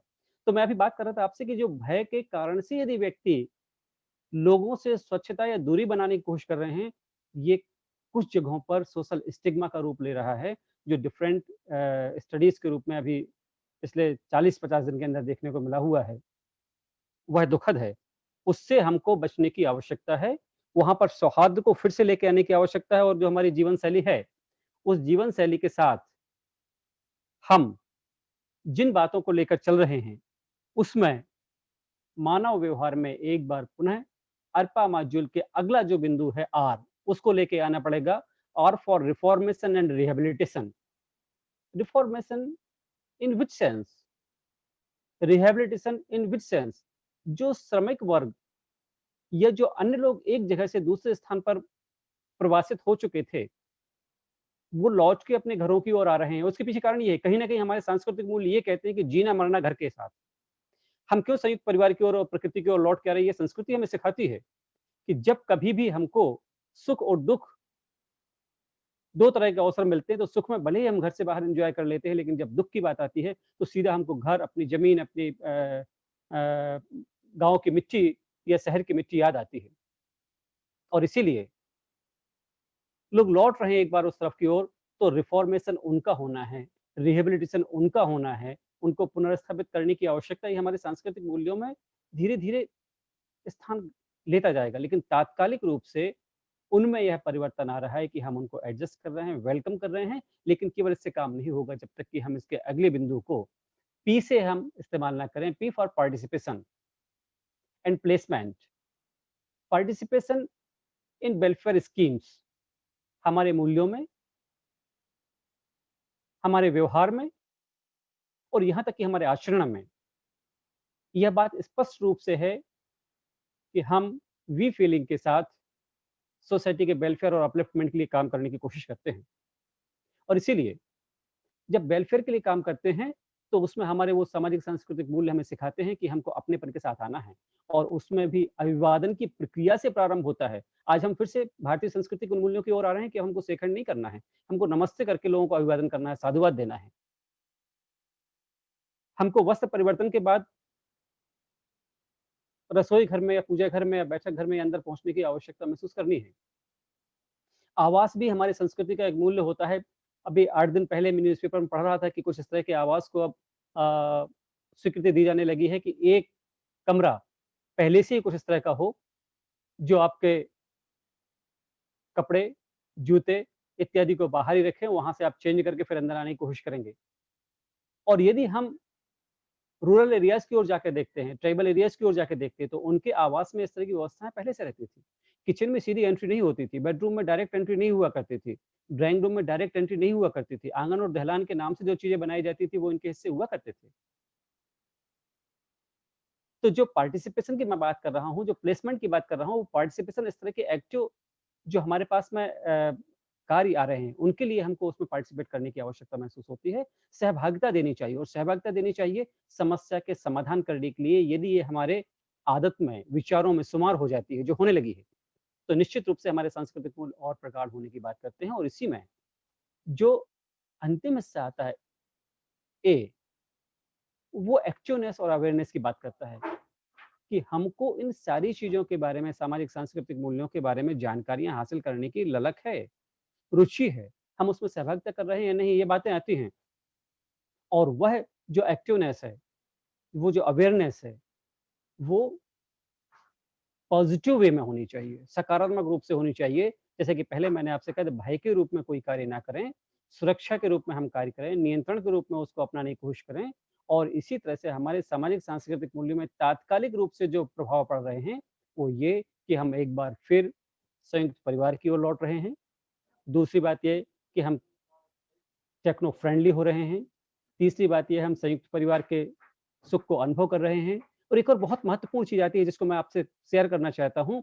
समाज शास्त्र के विद्यार्थी होने के नाते हमारी बहुत बड़ी आवश्यकता यहाँ पर है कार्य करने की, कि आज हम पूरी सोसाइटी को, पूरे एकेडमिक वर्ल्ड को, और यहाँ तक कि पूरे विश्व को एक बात बताने की कोशिश करें कि जो प्लेजर ऑफ द लेजर होता है, अवकाश का जो आनंद होता है, वह अवकाश का आनंद, एक्चुअली अवकाश का आनंद का मतलब केवल सतही आनंद से नहीं है। अवकाश का आनंद वो है कि हम सांस्कृतिक मूल्यों को समझ पा रहे हैं। अभी बहुत से ऐसे दादा नानी के किस्से, बहुत से ऐसे टीवी सीरियल्स जो लोगों को हमारे उन सांस्कृतिक मूल्यों से वाकिफ करा रहे हैं, जो हमारे बच्चों ने कभी देखे नहीं, उनके बारे में कभी वो जानते नहीं थे। उन्होंने इन 61 दिन के अंदर में बहुत कुछ जानने सीखने की कोशिश की हुई है। और निश्चित रूप से जब हम प्रकृति की ओर मुड़ने की कोशिश, मैं एक छोटा सा उदाहरण अभी दे रहा हूँ। कुछ दिन पहले ही भारतीय संस्कृति के हिसाब से एक त्योहार था, उसके बारे में न्यूज़पेपर्स में लगातार पढ़ रहा था। वट सावित्री का पूजन होना था। और वट सावित्री के पूजन में महिलाएं, मैडम हेमेक्स राव जी बहुत अच्छे से इस चीज़ को जानती होंगी, और बहुत जो पार्टिसिपेंट्स हैं वो भी इन चीज़ों को जानते होंगे कि वट की पूजा की जाती है। लॉकडाउन के पीरियड में लोगों को घर से बाहर निकलना संभव नहीं था। लोगों ने व्यवस्था की कि वट वृक्ष के चित्र को बनाया, या उसके एक पत्ते को घर में बुलाया और उसकी पूजन की। ये वो स्टडीज जो स्पीच में हम लोगों ने जानने की कोशिश की कि आखिर इस समय व्यक्ति रिचुअल्स का निर्वाह कैसे कर रहा है। तो समस्या जब पैदा होती है तो समाधान करने के लिए हमारे सांस्कृतिक मूल्य ही हमको वह स्थान देते हैं। वही सांस्कृतिक मूल्य हमको सिखाते हैं कि समस्या के समाधान करने के लिए हमारा जो एक्टिव पार्टिसिपेशन है, ये हमारी जो awareness related to problem solving system है, वो क्या हो सकती है। इसीलिए मेरा मानना है कि निश्चित रूप से यदि हम अरपा पैराडाइग्म को इस्तेमाल करने की कोशिश करेंगे, तो सांस्कृतिक प्रभावों के दोनों पक्ष, तात्कालिक और दूरगामी।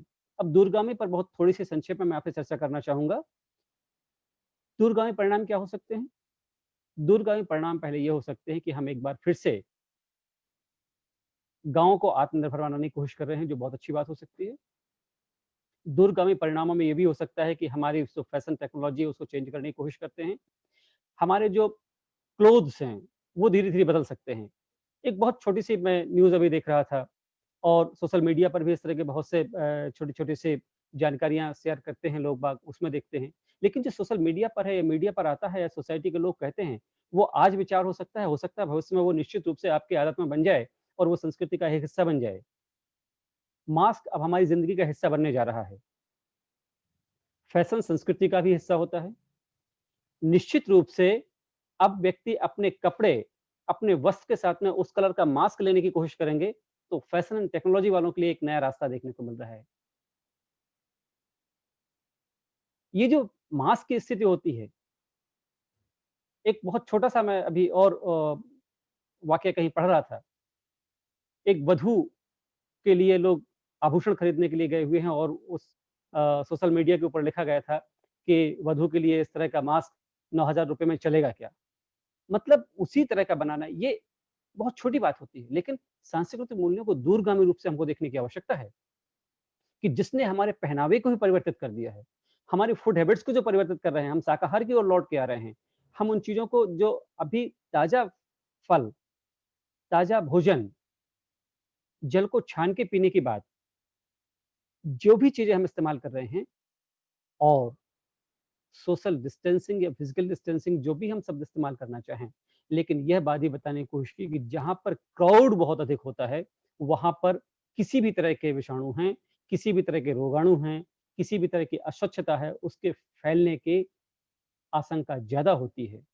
तो कहीं न कहीं हमको इस बात के लिए तैयार किया जा रहा है, अपने आप से, अनायास से हम स्वयं तैयार हो रहे हैं कि हमको स्वच्छता रखनी है और वह हमको अपने मूल्यों के अंदर समाहित करनी है। तो इस तरह से व्यक्ति कहीं न कहीं सुबह से उठ कर के अंत में सोने समय तक और जो वस्त्रों के परिवर्तन करने की, जूते बाहर उतारने की आवश्यकता है, जो भोजन में परिवर्तन करने की आवश्यकता है, जो एक-दूसरे के साथ में हम राम अभिवादन करने की आवश्यकता है, ये जो हमारे सांस्कृतिक जीवन के पहलू हैं, पेड़-पौधों को हम किस तरह से, जल को किस तरह से, अभी देखिए किस तरह की चीज़ें आई नदियों में निर्मल जल देखने को मिलता है। आसमान कई शहरों में देखने को नहीं मिलता था, वहाँ तारे देखने को मिल रहे हैं। कल मैं रोटरी क्लब की एक मीटिंग में था, 2 डॉक्टर्स के साथ में हम बात कर रहे थे, उन चीज़ों को भी मैं आपके साथ शेयर करना चाहता हूँ। वो ये मैंने पूछा था कि और वो प्रश्न यहाँ पर बड़े समीचीन इसलिए भी हो जाता है कि हम सोशल डिस्टेंसिंग या हम लॉकडाउन के पीरियड में अपने केयर करने की बात करते हैं, लेकिन सारी सुरक्षाओं के बाद एक पत्ता उड़ता हुआ कहीं से आता है और वो हमारे चेहरे से टकरा जाता है। क्या मालूम उस पत्ते के अंदर में वो वायरस थे कि नहीं थे? और जब कल मैं डॉक्टर कर्णावत जी से ये बात पूछ रहा था, तो उन्होंने मुझे ये बताया कि उसमें वो कण हो सकते हैं और उनसे बचने के लिए आवश्यकता महसूस होनी चाहिए। तो डस्ट के रूप में आ रहा है, सूखे पत्ते के रूप में आ रहा है, किस रूप में आ रहा है? हम जिन चीज़ों को इस्तेमाल करते हैं, उन चीज़ों को अपनी आदत में सँभाल के लेके आ रहे हैं कि नहीं, ये हमारे सांस्कृतिक पक्ष, प्रभाव, जिन पर हमको सोचना है, ये सारी बातें आती हैं। बहुत से पहलू हैं, जिन चीज़ों पर हम वार्तालाप कर सकते हैं। लेकिन जो झाला साहब के साथ हमारी बात हुई थी, उसके हिसाब से 20 मिनट का मुझे वक्तव्य आप लोगों के बीच में देना था और आने वाला जो बाकी का 8 या 10 मिनट है, वो जिनके प्रश्न हैं, जो जिज्ञासाएँ हैं, उन पर मैं आप लोगों के साथ में बात कर सकता हूँ। अभी ऑर्गेनाइजिंग कमेटी के मेंबर्स को भी कुछ बोलना होगा, इसलिए मैं अपनी वाणी को यहाँ पर विराम देता हूँ, ये कहते हुए कि आइए एक बार हम प्रकृति की ओर लौट के आएँ, आइए एक बार फिर हम भारतीय सांस्कृतिक मूल्यों की ओर लौट के आएँ, आइए एक बार फिर से हम संयुक्त परिवार की जीवन शैली की ओर लौट के आएँ और आइए एक बार फिर हम वसुधैव कुटुंबकम की संस्कृति की बात करें। ये जो प्रभाव हमारे ऊपर पड़ रहा है, जो हम सीखने की बात करते हैं और ना केवल इतना ही वरन वर्क फ्रॉम होम एक और चीज़ हमको सिखाती है हमारे सांस्कृतिक मूल्यों के साथ कि हम समय का और श्रम का प्रबंधन करते हैं। हम जहाँ होते हैं वहाँ से काम करने की कोशिश करते हैं। ये कदापि आवश्यकता नहीं है कि हमको एक भौतिक संरचना के रूप में ऑफ़िस जैसा चैम्बर मिले तभी हम काम करेंगे। यानी यहाँ पर व्यक्ति के अंदर काम करने की जो जिजीशा है, जो ललक है, जो उसके अंदर व्यवस्थापन है, ह्यूमन रिसोर्स को मैनेज करने की, वो बहुत तेज़ी से दे रही है कि हम जहाँ होंगे अपने दायित्वों का निर्वाह करने की कोशिश करेंगे। ये तत्काल से हमको सीखना है, तो अरपा मॉड्यूल के चारों सब के साथ जो आया है, उसको हम लोग देखते हैं। बहुत-बहुत आप सभी लोगों सर, को आवाज़ बधाइयाँ आपकी नहीं आ देता रही। हूँ। मेरी आवाज़ नहीं है? मैं म्यूट में नहीं हूँ? हेलो? हेलो? ऑडिबल है सर। ऑडिबल है? सर हाँ, ऑडिबल सर, ऑडिबल। ऑडिबल। कितने मिनट तक बंद हो गया मुझे नहीं मालूम। हाँ, तो मैं आपसे बात कर रहा था कि उन सामाजिक सांस्कृतिक मूल्यों को हम एक बार फिर देखते हैं और जो परिवर्तन, दूरगामी जो परिवर्तन आ रहे हैं, प्रभाव पड़ रहे हैं, उन पर भी सोचने की आवश्यकता है और इनको सकारात्मक रूप से हम लेके आएँ, क्योंकि संस्कृति हमेशा सकारात्मक होती है। संस्कृति हमेशा निर्माण की बात करती है और सांस्कृतिक पक्ष हमेशा प्रेरणा और ऊर्जा की बात करते हैं। हमको चुनौती के रूप में समस्याओं को लेना है, समाधान के रूप में प्रयास करना है और इस तरह से सहयोग की भावनाओं को अपने सांस्कृतिक मूल्यों में लेके आना है। यही एक बहुत बड़ा संदेश भी है। एकेडमिशियन के होने के नाते इस पर अकादमिक चर्चा के लिए, इस पर अकादमिक कार्य करने के लिए और इसको एक स्प्रेड आउट करने के लिए एक मैसेज के रूप में मैं बहुत-बहुत धन्यवाद देना चाहता हूँ आपके विश्वविद्यालय को, विश्वविद्यालय परिवार को, माननीय कुलपति जी को, आपके प्रदेश के माननीय मुख्यमंत्री जी, शिक्षा मंत्री जी, शिक्षा सचिव जी को और आप सभी की टीम को, मैडम हेमेक्सा राव मैडम जी को और सभी पार्टिसिपेंट्स को जो यहाँ पर मुझे सुन रहे हैं, कि जिन्होंने बहुत ही तल्लीनता के साथ सुना और इनसे जो प्रश्न हमारे और आपके मन में पैदा होंगे, जो नई राह है, नई जिज्ञासाएँ आएँगी, हम भी उससे कुछ जानने समझने की कोशिश करेंगे, आप भी उसमें आगे बढ़ेंगे और सोसाइटी को एक सकारात्मक मोड़ पर लेकर के हम नए सांस्कृतिक मूल्यों के साथ में नए विश्व के साथ में इस तरह से तैयार करें, कभी भी कोई आकस्मिक रूप से आपदा भी आती है तो हम अपने मूल्यों से उस पर विजय प्राप्त करने के लिए सक्षम होंगे। बहुत बहुत धन्यवाद, बहुत नमस्कार, बहुत साधुवाद। Thank you very much, sir, for your fantastic speech. अभी इतने सारे क्वेश्चंस अभी आए हैं हमारे पास, लेकिन अभी सभी क्वेश्चंस का तो अभी हम लोग ऐसे नहीं इस प्लेटफॉर्म पे डिस्कस कर सकते हैं, लेकिन उसमें से जो उसका जो कोर है, उसका जो अर्थ है, वो क्वेश्चंस हमारे पास आए हैं। उसमें से मैं 2-3 क्वेश्चंस अभी इधर पहले मैं रिस्पेक्टेड हेमिक्षा मैडम को बोलूंगा कि हमारे जो स्टूडेंट्स हैं, हमारे जो कैंडिडेट्स हैं, पार्टिसिपेंट्स है, उससे हमारे पास ये क्वेश्चंस आए हैं। तो हेमिक्षा मैडम आप सुन रहे हैं ना? ऑडिबल? इजी? हेलो? ऑडिबल है सर। यस यस हाँ, अच्छा, तो मैडम एक कॉमन क्वेश्चन आवाज ऐसा आया है, નથી આવતો પરાગભાઈ. हाँ हाँ जी एक कॉमन क्वेश्चन है ऐसा कि जी अभी गुजरात में से हाँ जी हजारों लाखों जो आउट स्टेट्स थे, उसको जब हम पर प्रांतीय बोलते हैं, वो लोग अभी चले हाँ गए हैं। आपने आपकी स्पीच में भी देखा है। हाँ तो उसकी वजह से अभी ये लोग 3-4 महीने या 6 महीने तक इधर आने वाले नहीं है, थोड़े ज्यादा हाँ है, वो 10% है, वो इधर रुक भी गए हैं। तो हम्म, इसकी वजह से गुजरात स्टेट की सोशल और इकोनॉमिक जो कंडीशन है, उसमें क्या फर्क अभी आएगा? खास करके सोशल अभी क्या फर्क आएगा? ये सोशल और इकोनॉमिक कंडीशन है, ऐसा एक कुछ अभी बहुत लोगों ने ऐसा किया है क्वेश्चन, तो आप थोड़ा उसका जवाब देंगे प्लीज? अभी ये हम माइग्रेंट लेबर की बात करें, जो लोग यूपी बिहार और अदर स्टेट एमपी से हमारे गुजरात में आके एज ए लेबरर इंडस्ट्रीज में काम कर रहे थे, वो लोग यहाँ अभी काम नहीं है, तो इसकी वजह से वो लोग वापस जा रहे हैं। ये प्रोसेस अभी भी चालू है। सब वर्कर नहीं, सब लेबरर नहीं गए हैं, लेकिन गए जो चले गए उसकी वजह से हमारी जो इंडस्ट्रीज है, वो इंडस्ट्रीज में जरूर से प्रॉब्लम हो गई है। बहुत सारे जो इंडस्ट्रियलिस्ट है वो बता रहे हैं कि अभी लेबरर नहीं होने की वजह से हमारा जो काम है वो काम रुक गया है।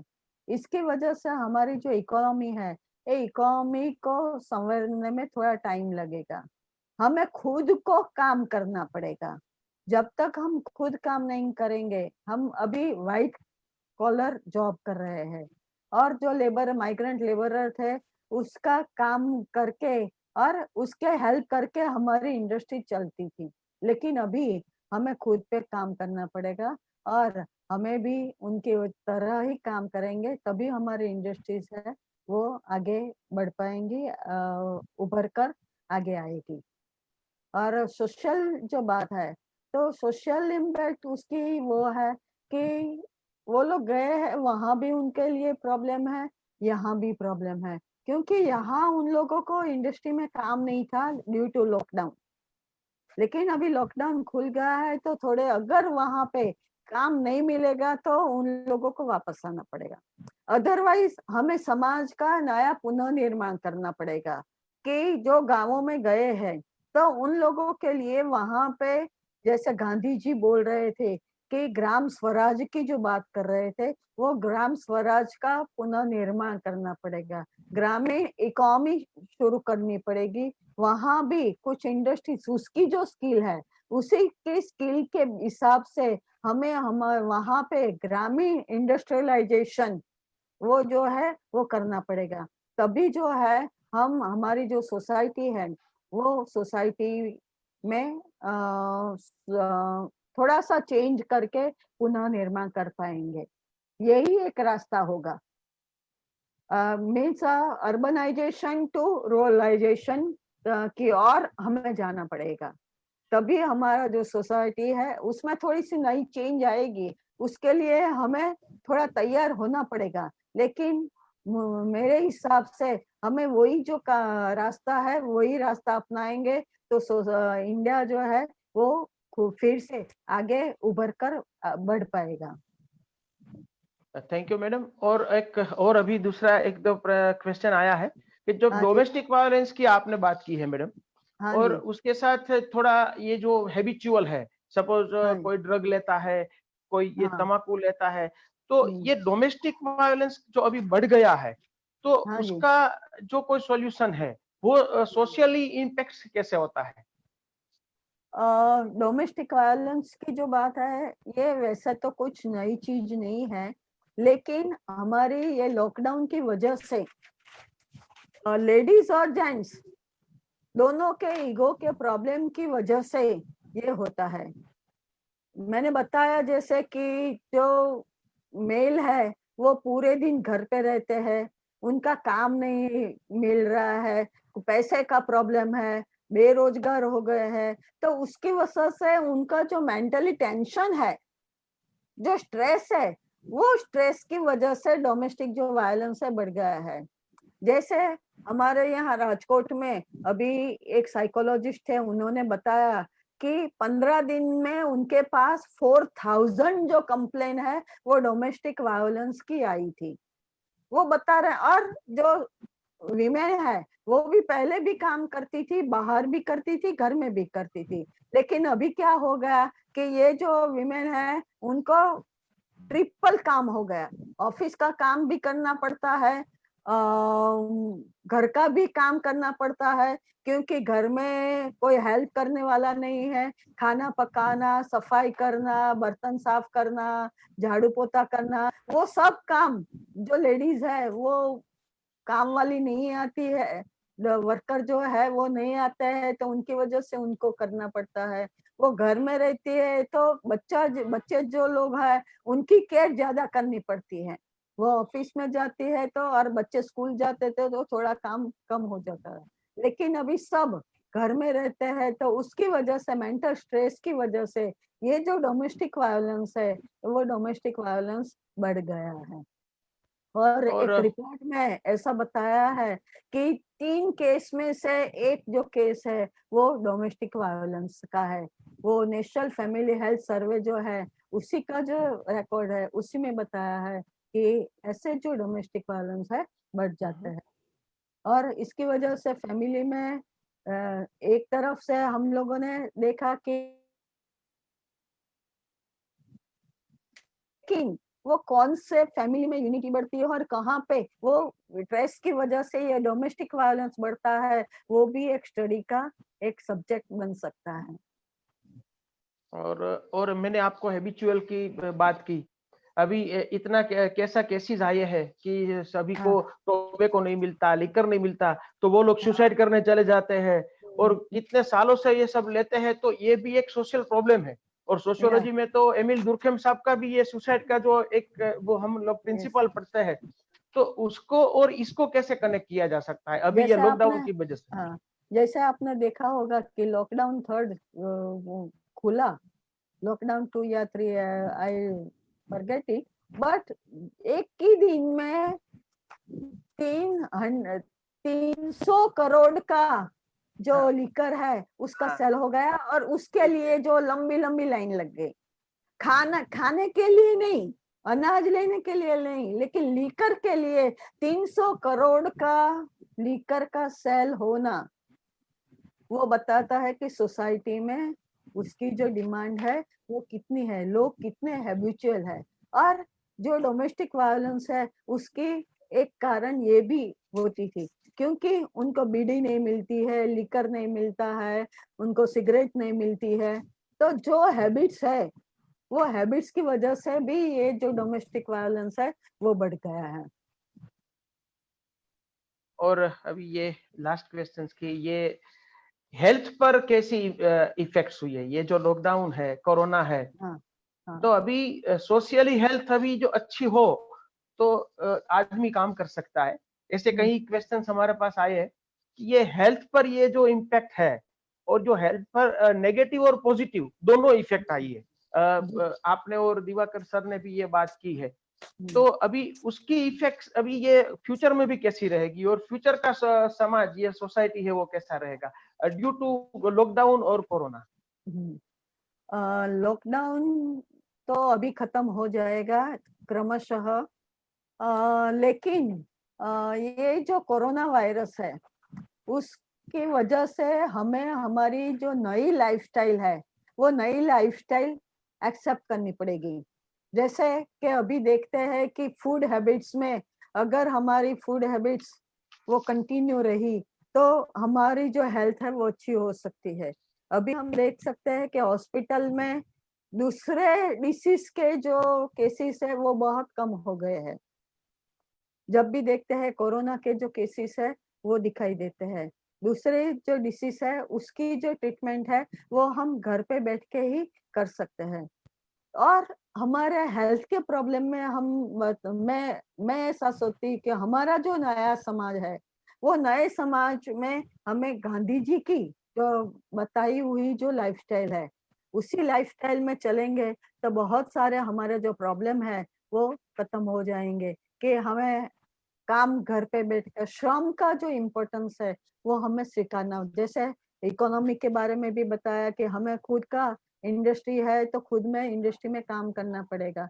और घर में भी स्वच्छता की बात जो है वो करनी पड़ेगी। जैसे दिवाकर जी ने बताया कि हमारा जो कल्चर है, हमारी जो सांस्कृतिक मूल्यों है, वैल्यूज है, उसमें भी बताया है स्वच्छता का इम्पोर्टेंस है ही, लेकिन वो हम भूल गए हैं।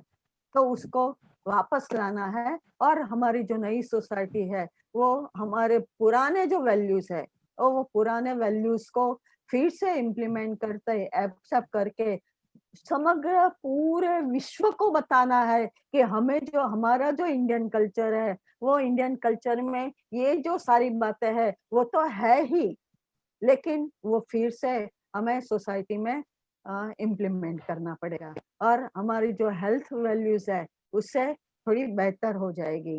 जैसे बहुत सारे केसेस है कि हाथ साबुन से धोना है, मुंह पे मास्क की बात की है दिवाकर जी ने, और हमारे क्लोथ की बात है, फूड हैबिट्स की बात है, उससे हमारा जो हेल्थ इश्यूज है वो बहुत सारे कम हो जाएंगे प्रॉब्लम। ये मेरा मानना है। Thank you very much madam. अभी Thank you. दिवाकर सर, एक और जी। क्वेश्चन आया है आपके लिए। जी। तो ये आपने जो जॉइंट फैमिली की बात की है, हम लोग देख रहे हैं कि भारत में पिछले 30 सालों से, जब से 91 में एलपीजी आया, लिबरलाइजेशन, प्राइवेटाइजेशन, ग्लोबलाइजेशन, उसके बाद भारत में न्यूक्लियर फैमिली सब बढ़ रहे हैं। और ये कोरोना हुआ, लॉकडाउन हुआ, तो इसकी वजह से फिर से जॉइंट फैमिली हो रहा है। तो क्या ये टिक पाएगा एज अ सोशल इम्पैक्ट और कल्चरल हाँ। इम्पैक्ट, ये टिक पाएगा क्या? बहुत अच्छा प्रश्न है जिन्होंने भी किया हुआ है। दो चीज़ों को मैं इसके साथ जोड़ता हूँ। पहले हमको जॉइंट फैमिली और न्यूक्लियर फैमिली दोनों में ही 2 तरह की स्टडीज़ इस बीच में जो पाई गई हैं कि बहुत सा आपने भी देखा होगा कि विद्यार्थी लोग हॉस्टल लाइफ से घर की ओर जब जाते हैं और घर से जब हॉस्टल लाइफ की ओर लौट के आते हैं, तो बहुत कम विद्यार्थी होते हैं जिनको घर जाने की प्रसन्नता होती है। वो अपने कोर ग्रुप्स में, बैचमेट्स के बीच में फ्री लाइफ स्टाइल के हिसाब से एंजॉय करने में ज़्यादा सुख महसूस करते हैं। तो ये केवल जॉइंट फैमिली या न्यूक्लियर फैमिली की प्रॉब्लम नहीं है, प्रॉब्लम एक अलग किस्म की लाइफ स्टाइल हो चुकी थी। लेकिन और कुछ ऐसा सिस्टम था कि उनको अपना करियर बनाने के लिए, पढ़ाई करने के लिए इतना ज़्यादा मेहनत करनी पड़ती थी, घर में जाकर के वो लोगों के साथ में रह ही नहीं पाते थे। आदत छूट चुकी थी। अभी कम से कम वो 2 महीने से घर में हैं, तो जो न्यूक्लियर फैमिली में हैं, उन्होंने न्यूक्लियर फैमिली का सुख उठाया। जो न्यूक्लियर फैमिली में होने के बाद जॉइंट फैमिली में आए हैं, वो उन्होंने इसको देखा है। और निश्चित रूप से जॉइंट फैमिली का भविष्य अब बहुत सुखद होने वाला है। मैं आपको एक छोटा-सा उदाहरण दे रहा हूँ, 3 दिन पुराने न्यूज़पेपर्स के साथ में। वहाँ पर श्रमिक वर्ग ये कह रहा था कि हम ये बुंदेलखंड के क्षेत्र में एक छोटी-सी कहावत है कि नून रोटी खाएँगे लेकिन घर में रहेंगे। मतलब नमक और रोटी के साथ वो काम चला लेंगे, लेकिन अपने आस-पास ही रहेंगे। हमारी भारतीय संस्कृति में एक और चीज़ हुआ करती थी, एक कहावत से मैं आपको जॉइंट फैमिली की ओर ले जाना चाहूँगा कि पहले कहते रोटी-बेटी का जो संबंध है, वो उतनी दूर तक हो कि सूरज निकलने से सूरज डूबने तक हम वहाँ पहुँच सकें। यानी उद्योग, व्यवसाय, रोजगार, नौकरी और सामाजिक वैवाहिक संबंध इत्यादि। ये व्यक्ति पहले उस तरह से स्वीकार करता था कि सुबह निकले और शाम को वापस घर का लौट के आ सके, इतनी दूरी में वो कर सके। और इससे क्या होगा? जो लोग यहाँ-वहाँ छोटी-छोटी फैमिलीज़ में टूट के बाहर रहते थे, आज वो एक बार लौट के आएंगे। यहाँ पर उन्होंने देखा है कि सुबह शुरुआती दौर का 1 सप्ताह लोगों ने बहुत तनाव में गुजारा जब लॉकडाउन फर्स्ट चालू हुआ था। तनाव में और कष्ट में गुजारा, लेकिन धीरे-धीरे जब परिवार के लोगों के बीच में बैठने लगे, पुराने जो ट्रेडिशनल गेम्स हैं उनको खेलने लगे, दादा-दादी से रामायण की, महाभारत की, अपने-अपने धर्म की जो किस्से कहानियाँ थी, रिचुअल्स थे, उनके जो संस्कार थे वो सीखने लगे। कुछ नहीं तो उनके साथ बैठ के हँसना, बोलना, सुख-दुःख में एक-दूसरे के बात में बातचीत करना। इससे उनको लगा कि जो संवाद की प्रक्रिया होती है वो कितना बढ़िया होती है और उनको एक सुख का महसूस होने लगा है। ये मैं वो पैरामीटर्स के आधार पे आपको स्टडीज़ बता रहा हूँ जो विगत 40 दिनों के अंदर, क्योंकि लॉकडाउन के 20 दिन के बाद में हम लोगों ने स्टडीज़ करना चालू किया। तो अभी जो 61 डेज़ हो चुके हैं, तो लगभग 40-41 डेज़ के अंदर जो आंकड़े आते हैं, उसमें लोगों को इस चीज़ का सुख मिल रहा है। लेकिन दूसरा ये आ रहा है कि बहुत से ऐसे परिवार हैं, उनके पास 1 कमरे का मकान है, 2 कमरे का मकान है, 3 कमरे का मकान है। अब वो जॉइंट फैमिली में रहना भी चाहते तो किस तरह से रहेंगे? कहीं न कहीं उनको प्रबंधन की क्षमता भी पैदा होगी, जो हमारे सांस्कृतिक मूल्य का हिस्सा होता है। इसीलिए इस प्रश्न का 2 तरह से उत्तर प्राप्त हमको होता है। पहली बात ये, वैचारिक रूप से और भावनात्मक रूप से संयुक्त परिवार का भविष्य बहुत उज्ज्वल है, सुखद है। लोग आज अपने आप को महसूस कर रहे हैं, क्योंकि व्यक्तियों के मन में ये बात भी आ रही, जो मैंने सबसे पहले शुरुआती दौर में अपने वक्तव्य को प्रारंभ करते समय कहा था, कि आम आदमी के मन में ये बात है कि जीना है या मरना है, अपने वालों के बीच घर में रहना है। मैं एक छोटा-सा वाक़या 1978 का आपको सुनाना चाहता हूँ, जब स्काईलैब गिर रहा था और वो शायद आप लोगों को भी याद होगा कि उस समय लगभग यही जून-जुलाई का मौका था और जब स्काईलैब गिर रहा था, बाद में हिंद सागर महासागर में गिरा, तो लोग जून की छुट्टियाँ मना रहे थे। सब लोग अपने-अपने घरों में पहुँच गए। उन्होंने कहा स्काईलैब गिरेगा कोई बात नहीं, लेकिन कम से कम अपने घरवालों के लोगों के साथ में तो हैं। अभी भी लोग मज़दूर तबके से विशेष रूप से पूछा गया, ये जो घर से बाहर रहने वाले यंगस्टर्स हैं उनसे ही बात की गई, जो बड़े बुजुर्ग हैं उनसे बात की गई। वो चाह रहे थे कि हम जैसे भी रहें, आधी रोटी खाते हैं, एक-दूसरे की मुस्कान या आँसू देखते हैं, लेकिन सब साथ में रहें। तो कहीं न कहीं भारतीय संस्कृति के संयुक्त परिवार का भविष्य बहुत उज्ज्वल है और वह समस्या समाधान के साथ प्रबंधन की भी बात करता है। यानी हम अपने जो मैनेजमेंट ऑफ इमोशंस हैं, मैनेजमेंट ऑफ स्किल्स हैं और मैनेजमेंट ऑफ रिचुअल्स हैं, इसके लिए भी आगे आ पाएँगे। सर एक और प्रश्न थोड़ा कंट्रोवर्शियल है। जी। आपने बताया, अभी कितने पार्टिसिपेंट्स ने भी पूछा है, आपने बताया कि डिप्रेशन है वो कम हो गया है ये साथ में रहने से। तो अभी ऐसा दिखाई दे रहा है कि जिसकी इकोनॉमिक कंडीशन अभी थोड़ी लो हुई है, जो कोरोना से पहले थी वो अच्छी थी और अभी थोड़ी इकोनॉमिक कंडीशन वो थोड़ी डाउन हुई है, तो उसकी वजह से डिप्रेशन बढ़ भी गया है। तो ये दोनों का कैसे हम लोग एज पर सोशियोलॉजिकल एस्पेक्ट। मैं आपके प्रश्न को समझ गया। दरअसल में जिस परिप्रेक्ष्य में मैंने कहा था वो परिप्रेक्ष्य ये था, उसके बाद आपके इस प्रश्न का उत्तर दूंगा। वो डिप्रेशन जब व्यक्ति जिसको घर में रहने की आदत नहीं थी, जो हमेशा घर से बाहर रहना चाहता था, जो उन्मुक्त पंछियों की तरह बाहर रहते थे, यदि हम छोटे-छोटे बच्चे और बुजुर्गों को छोड़ दें, तो 10-12 साल से उम्र से लेकर के 60-65 साल तक के लोग अधिकांशतः घर से बाहर ही रहना चाहते हैं, भले ही उनके घर में सारी सुविधाएं क्यों ना हो। और जब उनको घर के अंदर रहने का मौका मिला और वो भी इस तरह के कोरोना के भय के कारण से, उस समय उन व्यक्तियों के दिमाग में मानसिक तनाव था और इतने केसेस तनाव के बढ़ने लगे थे एकदम से 10 दिनों तक, कि वो डिप्रेशन में आने की स्थिति में भी काफी लोग होने लगे थे। और उस तनाव के कारण से वह घर में भी जो संवाद की स्थिति होती है, जैसे मैडम ने भी कहा था, वो संवाद उनका गुस्से के रूप में, आक्रोश के रूप में निकलता था या डिप्रेशन के रूप में निकलता था। लेकिन धीरे-धीरे उनको लगा कि हमको अपने घर वालों के बीच में रहना है, बात करनी है। मैंने वो तनाव कम करने की बात की थी कि वो तनाव धीरे-धीरे कम हो रहा है, जो उनको बाहर के लिए खींचता था।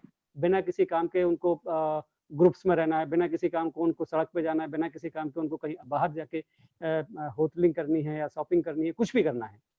वो जो टेंशन पाल रखा था उन्होंने कि इसके बिना हमारी लाइफस्टाइल नहीं होती है, भौतिकवादी जिंदगी की ओर जाने की जो बात होती है उसकी चीज है।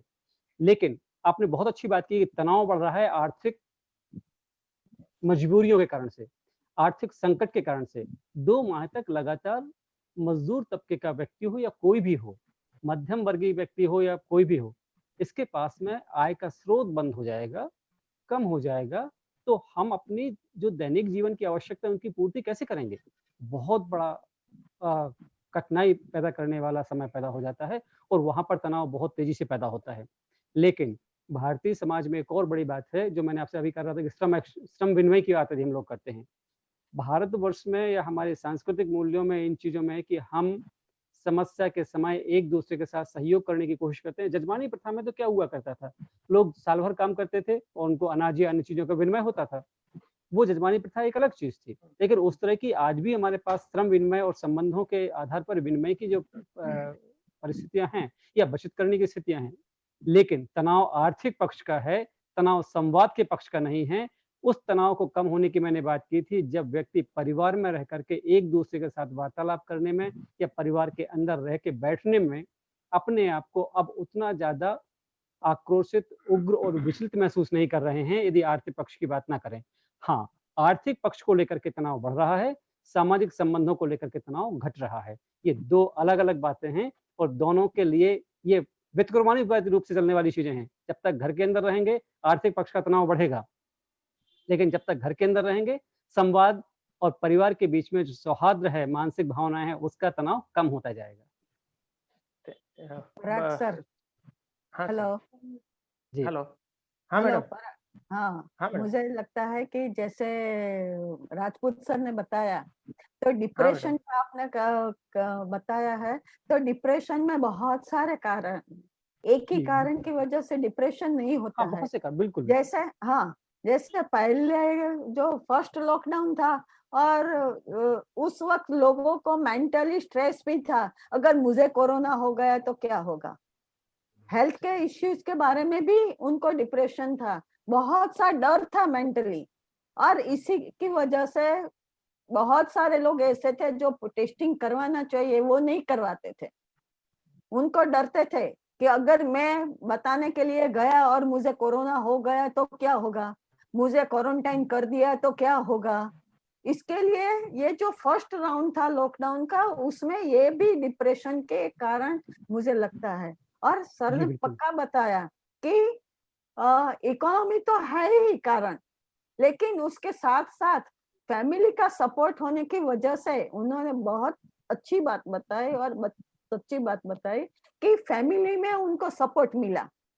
लेकिन जब उनको क्वारंटाइन करवा दिया तब उनको डिप्रेशन बढ़ गया कि अभी मैं क्वारंटाइन हो गया हूँ, मुझसे कोई बात नहीं करता है, कोई मुझे खाना नहीं देते हैं, मुझे वो नहीं करता है, वो नहीं करता है, मुझे ये एक्टिविटीज नहीं है। इसकी वजह जो मेंटली लोनलीनेस की जो बात है, उनके लोनलीनेस की वजह से भी ये जो डिप्रेशन है वो बढ़ गया था। तो मुझे लगता है कि ये जो डिप्रेशन है उसमें ऐसे बहुत सारे जो कारक है वो उसके पीछे काम करते हैं। जी, बिल्कुल। और इसलिए मैडम आपको ध्यान होगा, मैंने एक और बात की थी इसके पहले वक्तव्य में हाँ कि ये जो तनाव की स्थिति थी, कहीं जी न कहीं ये भय के साथ-साथ में सोशल स्टिग्मा ना बन जाए, ये हम समाजशास्त्रियों के जी सामने बहुत बड़ा प्रश्न है। क्योंकि जब हम्म, एचआईवी एड्स के रोगाणु आए, तो एचआईवी एड्स के व्यक्ति को लोगों ने स्टिग्माइज़्ड करना चालू कर दिया। हाँ जी ट्यूबरकुलोसिस जब महामारी के रूप में आया, तो टीबी के पेशेंट को लोगों ने सामाजिक कलंक के रूप में उसके साथ वार्तालाप करना बंद कर दिया, उनसे मिलना-जुलना बंद कर दिया, और उनके घर परिवार के लोगों के साथ में उठना-बैठना बंद कर दिया। ऐसी बहुत सी चीज़ें थी। तो तनाव का एक बहुत बड़ा कारण, आपने बहुत ठीक कहा, तनाव के उन कारणों में से एक ये भी है कि कहीं न कहीं वो स्टिग्माइज़्ड तो नहीं हो रहा है। और एक और यस चीज़ जो आपने डोमेस्टिक वायलेंस के बारे में कहा था, इस बीच में बहुत सी चीज़ें ऐसे निकल के आ रही हैं। उस तनाव के कारण से भी लोगों के व्यवहार में कुछ इस तरह के चेंजेस देखने को मिले हैं कि व्यक्ति समझ नहीं पा रहा है ये क्या कर रहा है, और इसलिए वायलेंस की स्थितियां, डिप्रेशन की स्थितियां, एग्रेसिव होने की स्थितियां ये भी पैदा होती जा रही हैं। लेकिन yes. धीरे धीरे व्यक्ति ने समझना चालू किया। इसलिए मैंने जो अर्पा मॉड्यूल में आखिरी में अवेयरनेस की बात की थी, awareness related to health, awareness related to values, awareness related to hygiene and awareness related to self and society, यदि ये पैदा होगी तो निश्चित रूप से डिप्रेशन भी कम होगा, खत्म होगा। और उसके पहले वाली जो चीज थी active participation in economic conditions, economic activities, family activities and other activities, वो यदि सारी चीजें होती हैं, क्योंकि अभी व्यक्ति जब लौट के आ रहा है घर के पास, वो अभी एक और चीज इसमें अच्छी चीज निकल के आ सकती है यदि हम लोग देखने की कोशिश करते हैं, तो जो स्किल्ड लेबर जहां जहां थे वो अपने गांव या छोटे छोटे शहरों के बीच में आए हुए हैं। यदि वहां का स्थानीय प्रशासन इस बात पर ध्यान देता है कि जिस स्किल जिस तरह से वो स्किल्ड होकर वहां आए हुए हैं, उस तरह के उद्योग धंधों को यदि वो रख देते हैं, वही पैदा करते हैं, तो उनको दूर कार्य करने जाने की आवश्यकता नहीं होगी। वो जी घर में रह करके लेबर चार्जेस, अपने जो वेजेस हैं वो प्राप्त करेंगे। कम मेहनत में, कम पैसे में अच्छा लेबर हमको लोकल में मिल जाएगा। और जो लोकल के लोग थे, उनको हमारे अपने घर के आसपास ही काम करने के लिए और मोटिवेशन मिलेगा। अभी उसी तरह के काम करने में, एक स्टडी में देख रहा था कि वही काम, मान लीजिए खेत में काम करने का है या इंडस्ट्री में या फैक्ट्री में काम करने का कोई अवसर व्यक्ति को मिलता है, वो घर या गांव के आसपास करना इसलिए पसंद नहीं करते। कुछ लोग, सभी के साथ ऐसा नहीं है, लेकिन बहुत थोड़ा सा इसका मात्रा देखने को मिली, क्योंकि लोग देखेंगे कि ये गिट्टी खोद रहा है, मिट्टी खोद रहा है, तो लोगों को ये लगता है कि मेरी तौहीन होगी या मैं अपने आप को छोटा माना जाऊंगा। उसी तरह का काम वो 1000 किलोमीटर दूर जाके करता है तो प्रॉब्लम नहीं होती है। इस तरह की चीजें भी हैं, लेकिन वेल स्किल्ड, वेल मैनेज तरीके से यदि देखा जाएगा तो उनको लघु उद्योग, कुटीर उद्योग, ग्रामीण उद्योग और हमारे परंपरागत उद्योगों में हम सहभागिता कराते हैं, तो आर्थिक संकट का तनाव भी धीरे धीरे कम होगा, और जो डिपेंडेंसी इन अदर कंट्रीज है वो भी हमारी खत्म होगी। हमारी जो आत्मनिर्भर होने की स्थितियां हैं, जो हमारे माननीय प्रधानमंत्री जी ने आत्मनिर्भर भारत का जो स्लोगन दिया हुआ है, उस पर हम लोग बहुत आसानी से और तेजी से आगे बढ़ सकते हैं, क्योंकि हमारा गांव, हमारा हर व्यक्ति हमारे अपने अंदर की जो स्किल्स हैं उसको लेकर के यदि हम प्रोडक्टिविटी में आते हैं, चाहे वो कम्युनिकेशन हो, चाहे वो एजुकेशन हो, चाहे वो ट्रेनिंग हो, चाहे वो प्रोडक्शन हो, ये सारी चीजों को लेकर के हम ठीक कर सकते हैं और तनाव निश्चित रूप से कम होगा। ये सकारात्मक विचार के साथ में हम इस चीज को ले सकते हैं। हाँ प्लीज। Thank you sir. और मुझे एक बात ये भी लगती है कि उसके लिए जरूर है सोशल काउंसलिंग। बहुत बड़ी बात है, बहुत बड़ी बात। विदाउट सोशल काउंसलिंग काउंसलिंग करेंगे तो ये डिप्रेशन वाला, मेंटल स्ट्रेस जो है, वो जो बहुत सारे जो प्रॉब्लम्स है वो सॉल्व हो सकते हैं। तो इसके लिए एज अ सोशियोलॉजिस्ट हमारी एक रिस्पॉन्सिबिलिटी बन जाती है कि ऐसे बहुत सारे जो लोग हैं उसको हम काउंसलिंग करेंगे तो सोसाइटी को हम हेल्पफुल बन पाएंगे। मैडम, आपकी इस बात से बहुत अच्छा मुझे विचार आया। मैंने 4 दिन पहले रोटरी गवर्नर के साथ मीटिंग थी, उसमें उनको सजेशन दिया था कि हर रोटरी क्लब में इस तरह का एक काउंसलिंग सेंटर होना चाहिए। मैं यहाँ पर इस मंच से झाला साहब को और उनकी पूरी टीम को और माननीय कुलपति जी और उनकी टीम को बधाई और साधुवाद देना चाहता हूँ, और इस विनम्र आग्रह के साथ कि आप अपने विश्वविद्यालय में इस तरह का एक काउंसलिंग सेंटर आप चालू कर सकते हैं, जो टेक्नोलॉजी के माध्यम से लोगों को इस तरह की सुविधाएं दे सकते हैं, इस तरह के दिशा निर्देश दे सकते हैं और उनको तनाव को खत्म करने के लिए। और मैं मानता हूँ कि शायद भारतवर्ष के विश्वविद्यालयों में आप लोग पहले होंगे जो इस तरह के सेल को सबसे पहले तैयार करेंगे। ये अलग बात है कि MHRD ने, UGC ने इस तरह के सेल्स को तैयार करने के लिए ऑफिशियल सेल्स तैयार करने के नोटिफिकेशंस जारी कर दिए हैं, सब कुछ हो रहे हैं, लेकिन एक नए तरीके से नई शुरुआत लेकर के आप इसमें प्रथम हो सकते हैं। ये हमारी शुभकामनाएं आपके साथ में हैं। Thank you very much sir. अभी हमारा टाइम भी थोड़ा खत्म होने जा रहा है, 5-10 मिनट में हम लोग ये वेबिनार पूरा कर देंगे। अभी आप दोनों स्पीकर से जो हमारे पास ये क्वेश्चन आए हैं उसमें से एक कॉमन क्वेश्चन है, वो तो हमारी तरफ से भी है, हमारे डिपार्टमेंट की तरफ से भी। और पहले ये बता देता हूँ, जो प्रश्न आए हैं फूड हैबिट्स और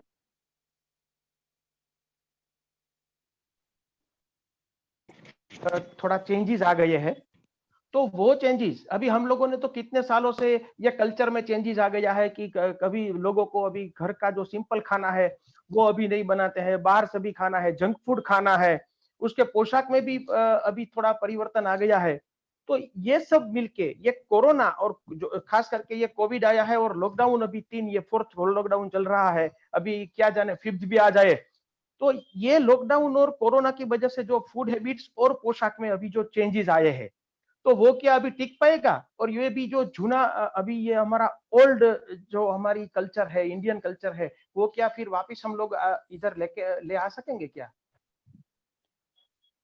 मैडम पहले आप बोलना चाहेंगे, फिर मैं बोलूंगा। और फिर आपको एक और ये कॉमन क्वेश्चन भी बता दूं, इसीलिए हमारा टाइम थोड़ा अभी कम हो जाए। और सबसे लास्ट में आप दोनों को ये बोलना है कि ये अभी फ्यूचर सोसाइटी, भविष्य का समाज कैसा होना चाहिए, ये हमारी ये 3-4 पीढ़ी ने, और हमने भी ये कोरोना अभी किसी भी दिन नहीं देखा है, किसी ने भी ये सुना भी नहीं था। तो इस वजह से हमारा फ्यूचर सोसाइटी आपकी नजरिया से, आपके दोनों के नजरिया से कैसा होना चाहिए? ये हमारे सभी हमारे vice chancellor, honourable vice chancellor, हमारे बाहोश एचओडी झाला सर, हमारे ऋषिराज सर, नितिन सर, सभी की तरफ से मैं ये प्रश्न आपको रख रहा हूँ।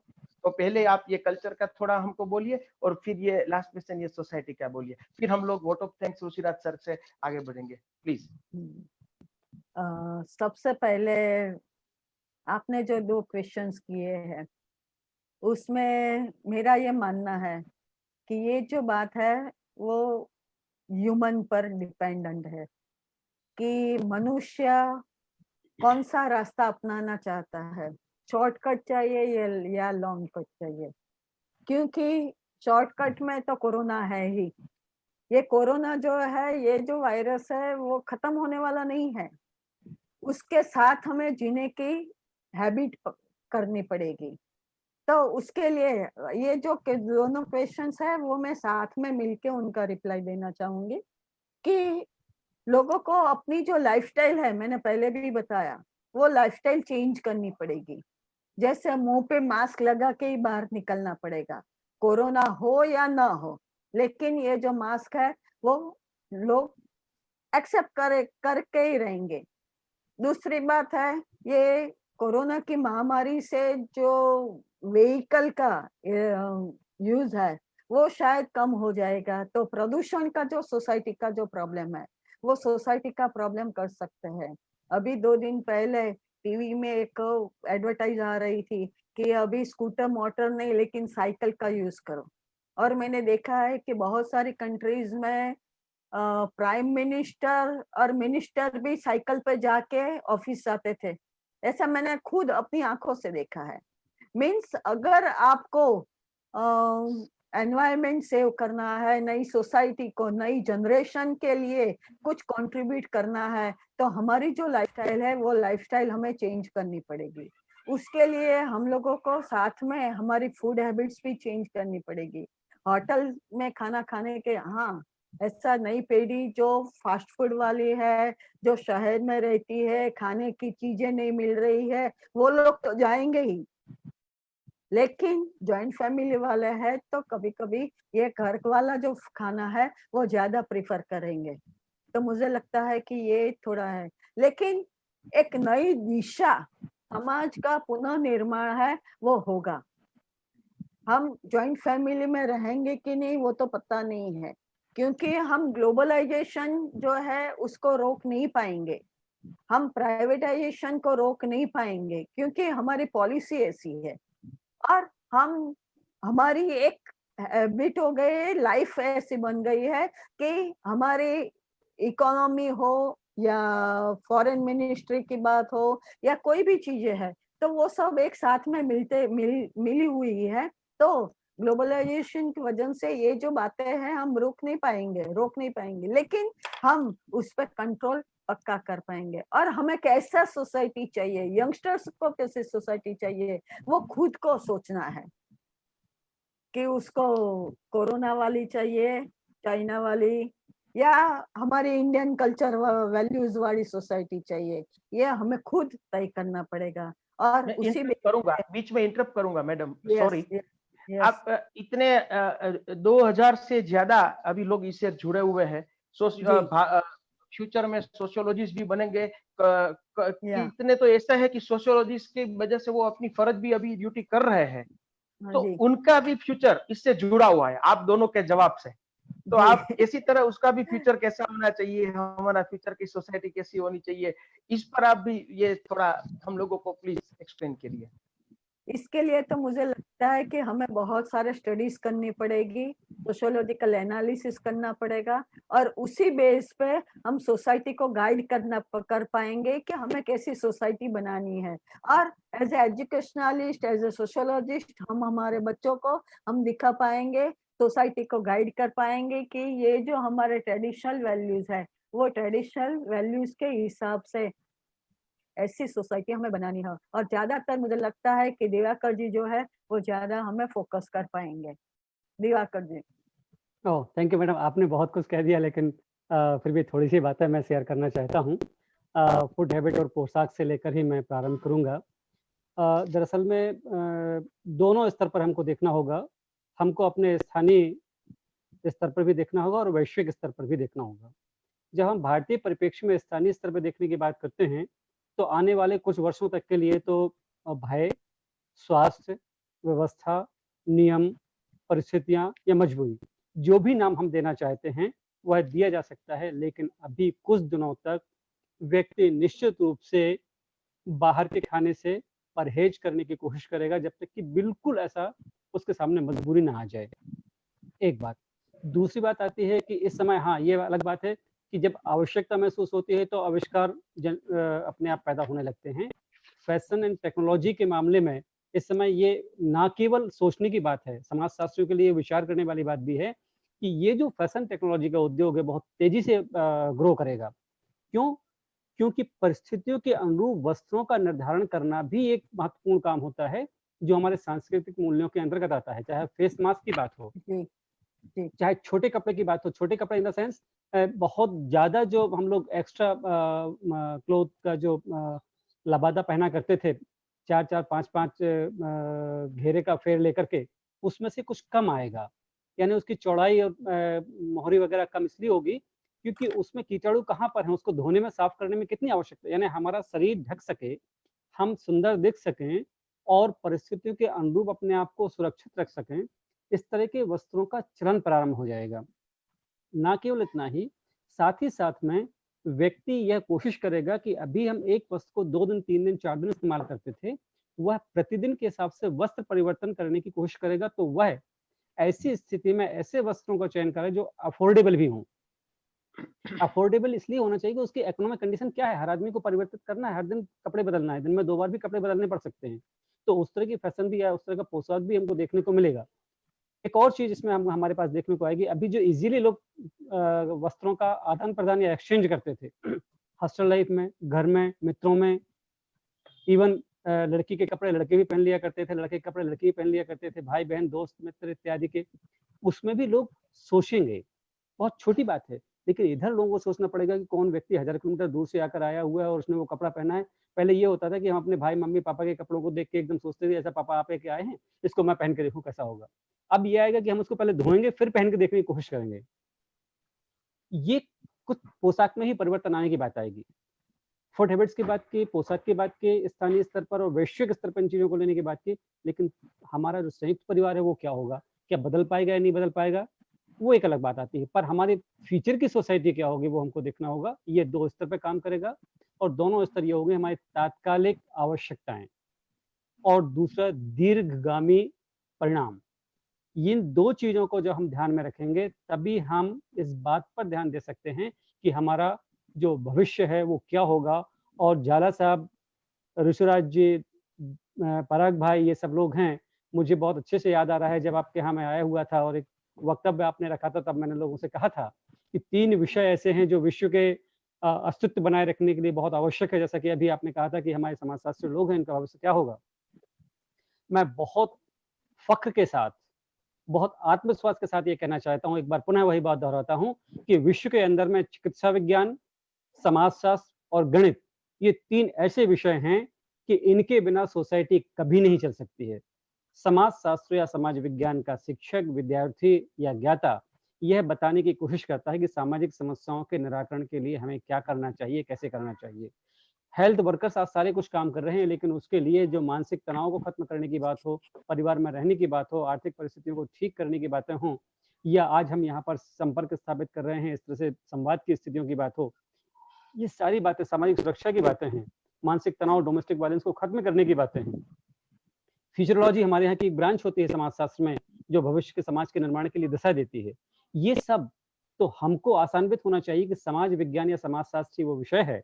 हमारे जितने पार्टिसिपेंट्स यहाँ पर हैं उन सबके लिए मैं इस बात को कहते हुए, जिम्मेदारी के साथ कहते हुए आगे बढ़ाना चाहता हूँ कि हम और आपके चिंतन से वो एक दिशा निकलेगी कि हमारा जो आने वाला समाज है वो प्रकृति के नियमों के साथ सांस्कृतिक मूल्य और प्रतिमानों को स्थापित करते हुए स्वस्थ और समृद्ध समाज कैसे बन सकेगा, ये रास्ता हमको और आपको ही निकालना है।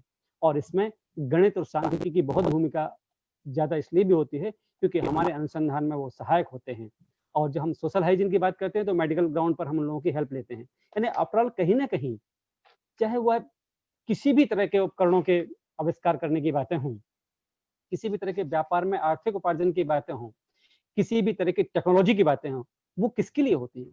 For the welfare of society, for the upliftment of society, for the human being. जब हम सब कुछ सोसाइटी के लिए कर रहे हैं और सोसाइटी के केंद्र को ध्यान में रखते हुए अध्ययन करने का काम हमारा होता है, तो निश्चित रूप से समाज विज्ञान का, समाजशास्त्र और समाज का, और खासकर जो परंपरागत मूल्य हैं, यहाँ पर एक विनम्रता से बात मैं करना चाहता हूँ कि कभी-कभी हम परंपरागत मूल्यों की बात करते हैं, लोग सो कॉल्ड जो वैल्यूज हैं उनकी बात करते हैं, उनको कदापि ना लें। संस्कृति में कभी भी कुप्रथाएं नहीं होती हैं, संस्कृति में कभी भी कुरीतियां नहीं होती, संस्कृति में कभी भी विध्वंसकारी बातों को कोई स्थान नहीं होता है। और इसलिए संस्कृति केवल और केवल सृजन की बात करती है, संस्कृति केवल और केवल समृद्धि की बात करती है, सहयोग की बात करती है, और इसीलिए भारतीय संस्कृति वसुधैव कुटुंबकम की बात करती है। तो हमें लग रहा है कि जो हमारा भविष्य का समाज होगा, भविष्य का विश्व होगा, वह प्रकृति को आधार में लेके चलेगा। अदरवाइज माल्थस की थ्योरी पर हम जाते हैं, अदरवाइज प्रकृति के पास हम जाते हैं कि कहीं ना कहीं वो बैलेंस कर लेती है। जब कभी भी प्रकृति के साथ खिलवाड़ किया है तो प्रकृति ने मनुष्य को एक संदेश और एक अध्याय देने की कोशिश की है कि संभलने का मौका दिया है कि आप एक बार फिर प्रकृति के नियमों को अनुपालन करेंगे, वही हमारे सांस्कृतिक मूल्यों के अंदर होता है। अंतिम बात कहना चाहता हूं, प्रकृति नेचुरल जस्टिस की बात करती है, प्रकृति सोशल जस्टिस की बात करती है, और प्रकृति फ्यूचरिस्टिक कंडीशंस की बात करती है। और यदि हम प्रकृति के प्राकृतिक न्याय को लेकर के चलते हैं तो समाज, परिवार, स्वास्थ्य सब व्यवस्थित होगा, और संभवतः फिर हम वैश्विक कल्याण की बात भी कर सकते हैं, स्थानीय कल्याण की बात भी कर सकते हैं। और जब हम अपने मूल्यों के लेके आगे बढ़ने की कोशिश करेंगे तो विश्व में भी हो सकता है हम विश्व में सबसे पहले आ जाएं, हम विश्व गुरु बनने की स्थिति में भी आ सकते हैं, क्योंकि शून्य की गणना हमारे यहाँ से प्रारंभ हुई। हमने प्रकृति के मूल्यों को देने की कोशिश की, और आज बस आवश्यकता है कि उसको हमको पहचानना है, उसको करना है, स्वीकार करना है। उस स्वीकार करने के साथ साथ में उसको संदेश के रूप में फैलाना भी है। तो मैं सभी समाजशास्त्रियों से विनम्र आग्रह करता हूँ कि अपने अपने स्तर पर इन बातों को हम लोग सोचेंगे, समझेंगे, और जिन उद्देश्यों को लेकर के माननीय कुलपति जी के नेतृत्व में समाजशास्त्र विभाग ने इस तरह की संगोष्ठी का आयोजन किया है, और बहुत ही गंभीरता के साथ में मैडम ने अपने विचार रखे हुए हैं और सब लोगों ने सुने हुए हैं, और मैं आपसे कुछ सीख पाया हूँ। ये एक बहुत अच्छा धरातल होगा। झाला साहब, आपको बहुत बहुत बधाइयाँ। पराग देवानी साहब, आपने बहुत अच्छे तरीके से संचालन किया हुआ है। ऋषिराज जी और आपकी पूरी टीम टेक्निकल काम करने के लिए बहुत ठीक से लगे हुए हैं, और उन सबको दिशा निर्देश देने के लिए माननीय कुलपति प्रोफेसर त्रिवेदी साहब, और आपके प्रदेश के मुख्यमंत्री जी, शिक्षा मंत्री जी, शिक्षा सचिव जी, सबका जो मार्गदर्शन आपको मिला है, मैं आप सभी के प्रति हृदय से अभिनंदन ज्ञापित करता हूं कि आपने मुझे समय दिया, मैं आपसे सीख सका, सुन सका, और एक बहुत जीवंत और ज्वलंत विषय पर समाजशास्त्रियों को कुछ प्रश्न दिए, कुछ आधार दिए, कुछ दिशा दिए। उसके लिए पुनः एक बार आपका बहुत बहुत खूब खूब अभिनंदन। Thank you very much sir. और ये फ्रूटफुल जो डिस्कशन अभी ये हुआ है लास्ट में, वो सभी को अनफॉरगेटेबल होगा सभी के लिए, और सभी हम आशा रखते हैं। Now I request at last doctor Rishiraj Upadhyay for vote of thanks, please sir. पहला झाला साहब ने કંઈક વાત કરવી છે। हाँ सर, झाला सर। हाँ सर, नमस्कार। आज सही मायने में हमने जो ये परिसंवाद रखा था, उन दोनों पहलू को, सोशल और कल्चरल, हमने आगे भी बात की थी, और ये पूरे की अर्थव्यवस्था के बारे में, आरोग्य के बारे में देखा जाता है, लेकिन जो समाज की मूलभूत सोशल कल्चरल इम्पैक्ट है उस पर नहीं देखा जा रहा था। उन दोनों पहलुओं को आप दोनों वक्ता ने सही मायने में प्रस्तुत करने का प्रयास किया है। मुझे लगता है कि हमारे सभी श्रोता हमारे साथ जो जुड़े हुए हैं वो सबके लिए ये आशीर्वाद रूप होगा। यूनिवर्सिटी के कुलपति साहब अभी चले गए, इसलिए यूनिवर्सिटी की ओर से मैं आप दोनों का, ऋषिराज साहब तो आभार व्यक्त करेंगे, लेकिन विभाग के रूप से मैं आप दोनों का हार्दिक अभिवादन और उसका आभार व्यक्त प्रकट करता हूँ आपके प्रति। ऋषिराज सर। जी नमस्कार। सबसे पहले तो डिजिटल प्लेटफॉर्म के जो लोग डिजिटल प्लेटफॉर्म का यूज करते हैं उन सबको शुभकामनाएं। और आज भी हमारे साथ बहुत सारे लोग डिजिटल प्लेटफॉर्म के माध्यम से जुड़े हैं। सबसे बड़ी बात यह है कि कोरोना महामारी जब इस दौर से हम गुजर रहे हैं, इस समय में जब हम एक तरफ कोरोना महामारी की बात करते हैं और दूसरी तरफ सोशियो कल्चरल इम्पैक्ट की बात करते हैं, तो ये जो डिजिटल प्लेटफॉर्म है वो आने वाले समय में बहुत बड़ी उसकी इम्पैक्ट रहेगी, उसकी बहुत प्रभाव रहेगा। उसके बारे में भी हम ऐसा चाहते हैं कि इन फ्यूचर ऐसा कोई डिस्कशन हो और ऐसे सब्जेक्ट पे फिर से कुछ डिजिटल सोशियोलॉजी के माध्यम से और ऐसा कोई सब्जेक्ट सेंटर में रख के कुछ वेबिनार वगैरह का आयोजन हो। तो ये भी हमारे लिए एक नया आयाम है सोशियोलॉजी के लिए। तो मैडम और सर को मैं इस मौके पर धन्यवाद अदा करता हूँ, क्योंकि सिर्फ सोशियो कल्चरल एस्पेक्ट ही नहीं पर और भी बहुत सारी बातें, इकोनॉमिकल बातें भी आज मैडम ने रखी, सर ने रखी, जो हमारी लाइफस्टाइल है उसके बारे में बात की, एनवायरनमेंट के बारे में, साइंस के बारे में जो बात हुई, ये सब बातों को मद्देनजर रखते हुए माननीय श्री हेमिक्षा मैडम राव ने जो अपना सोशियोलॉजिकल व्यूज रखा और साथ में ही दिवाकर राजपूत जी ने जो कल्चरल इम्पैक्ट के बारे में बात की, वो दोनों सब्जेक्ट को अच्छे से न्याय मिला। और हम देख सकते हैं इधर बहुत सारे लोगों ने अपना व्यूज कमेंट बॉक्स में रखा है, तो ये हमारे लिए बहुत एक धन्य घड़ी है। तो उसके लिए हम हेमिक्षा मैडम का और दिवाकर राजपूत जी का बहुत धन्यवाद अदा करते हैं। साथ में ही समग्र वेबिनार को शुरू से ही हमारे कुलपति श्री मार्गदर्शित करते आ रहे हैं और हमारे यहाँ बहुत ये पूरा 15 दिन का वेबिनार सीरीज चल रहा है और ये जो सेकंड सीरीज है उसमें फर्स्ट लेक्चर और फर्स्ट वेबिनार सोशियोलॉजिकल डिपार्टमेंट का रखा और उसके लिए हम पूरे डिपार्टमेंट की ओर से माननीय श्री चेतन भाई त्रिवेदी सर का आभार व्यक्त करते हैं। साथ में समाजशास्त्र विभाग के हेड डॉक्टर जेबी झाला सर, उनका भी इस मौके पर आभार व्यक्त करता हूँ। और सबसे अच्छा जो हर बार संचालन करने में समर्थ है, ऐसे हमारे डॉक्टर पराग भाई देवानी सर, उनका भी आभार व्यक्त करता हूँ। सबसे बड़ी बात की यूनिवर्सिटी वेबिनार जब से कोरोना महामारी का लॉकडाउन, उसके बाद जो लॉकडाउन शुरू हुआ तब से वेबिनार यूनिवर्सिटी के चल रहे हैं। इस बार के हमारे जो वेबिनार के कोऑर्डिनेटर हैं वो प्रोफेसर डॉक्टर सुहास व्यास हैं, उसके लिए मैं उनका भी धन्यवाद करता हूँ। उसी के साथ साथ आईसीटी कोऑर्डिनेटर और वेबिनार को कोऑर्डिनेटर डॉक्टर ओम जोशी सर को भी इस वक्त मैं आभार व्यक्त करता हूँ। अगेन जो लोग डिजिटल प्लेटफॉर्म से हमारे साथ जुड़े हैं उन सभी सहभागियों का तहे दिल से मैं शुक्रगुजार हूँ। धन्यवाद, नमस्कार। Thank you very much Rishiraj sir. अब हम ये हमारा जो वेबिनार है वो अभी पूरा करने जा रहे हैं। हमारी जो गुजराती में एक कहावत है सोशियोलॉजी के लिए, वो मैं ये सब बोल के, मैडम आप भी सुनिए और दिवाकर जी आप भी सुनिए सर, हमारे सब झाला सर और ऋषिराज सर वो सब तो सुन ही रहे हैं, हमारे सब ये स्टूडेंट्स लोग। तो जो जे लोग सौथी वधारे नसीबदार होय ने एने माणसनो जन्म मळे दुनियामां, एनाथी पण जे वधारे नसीबदार होय ए लोकोने इंडियामां जन्म मळे के भारतमां રહેવા મળે।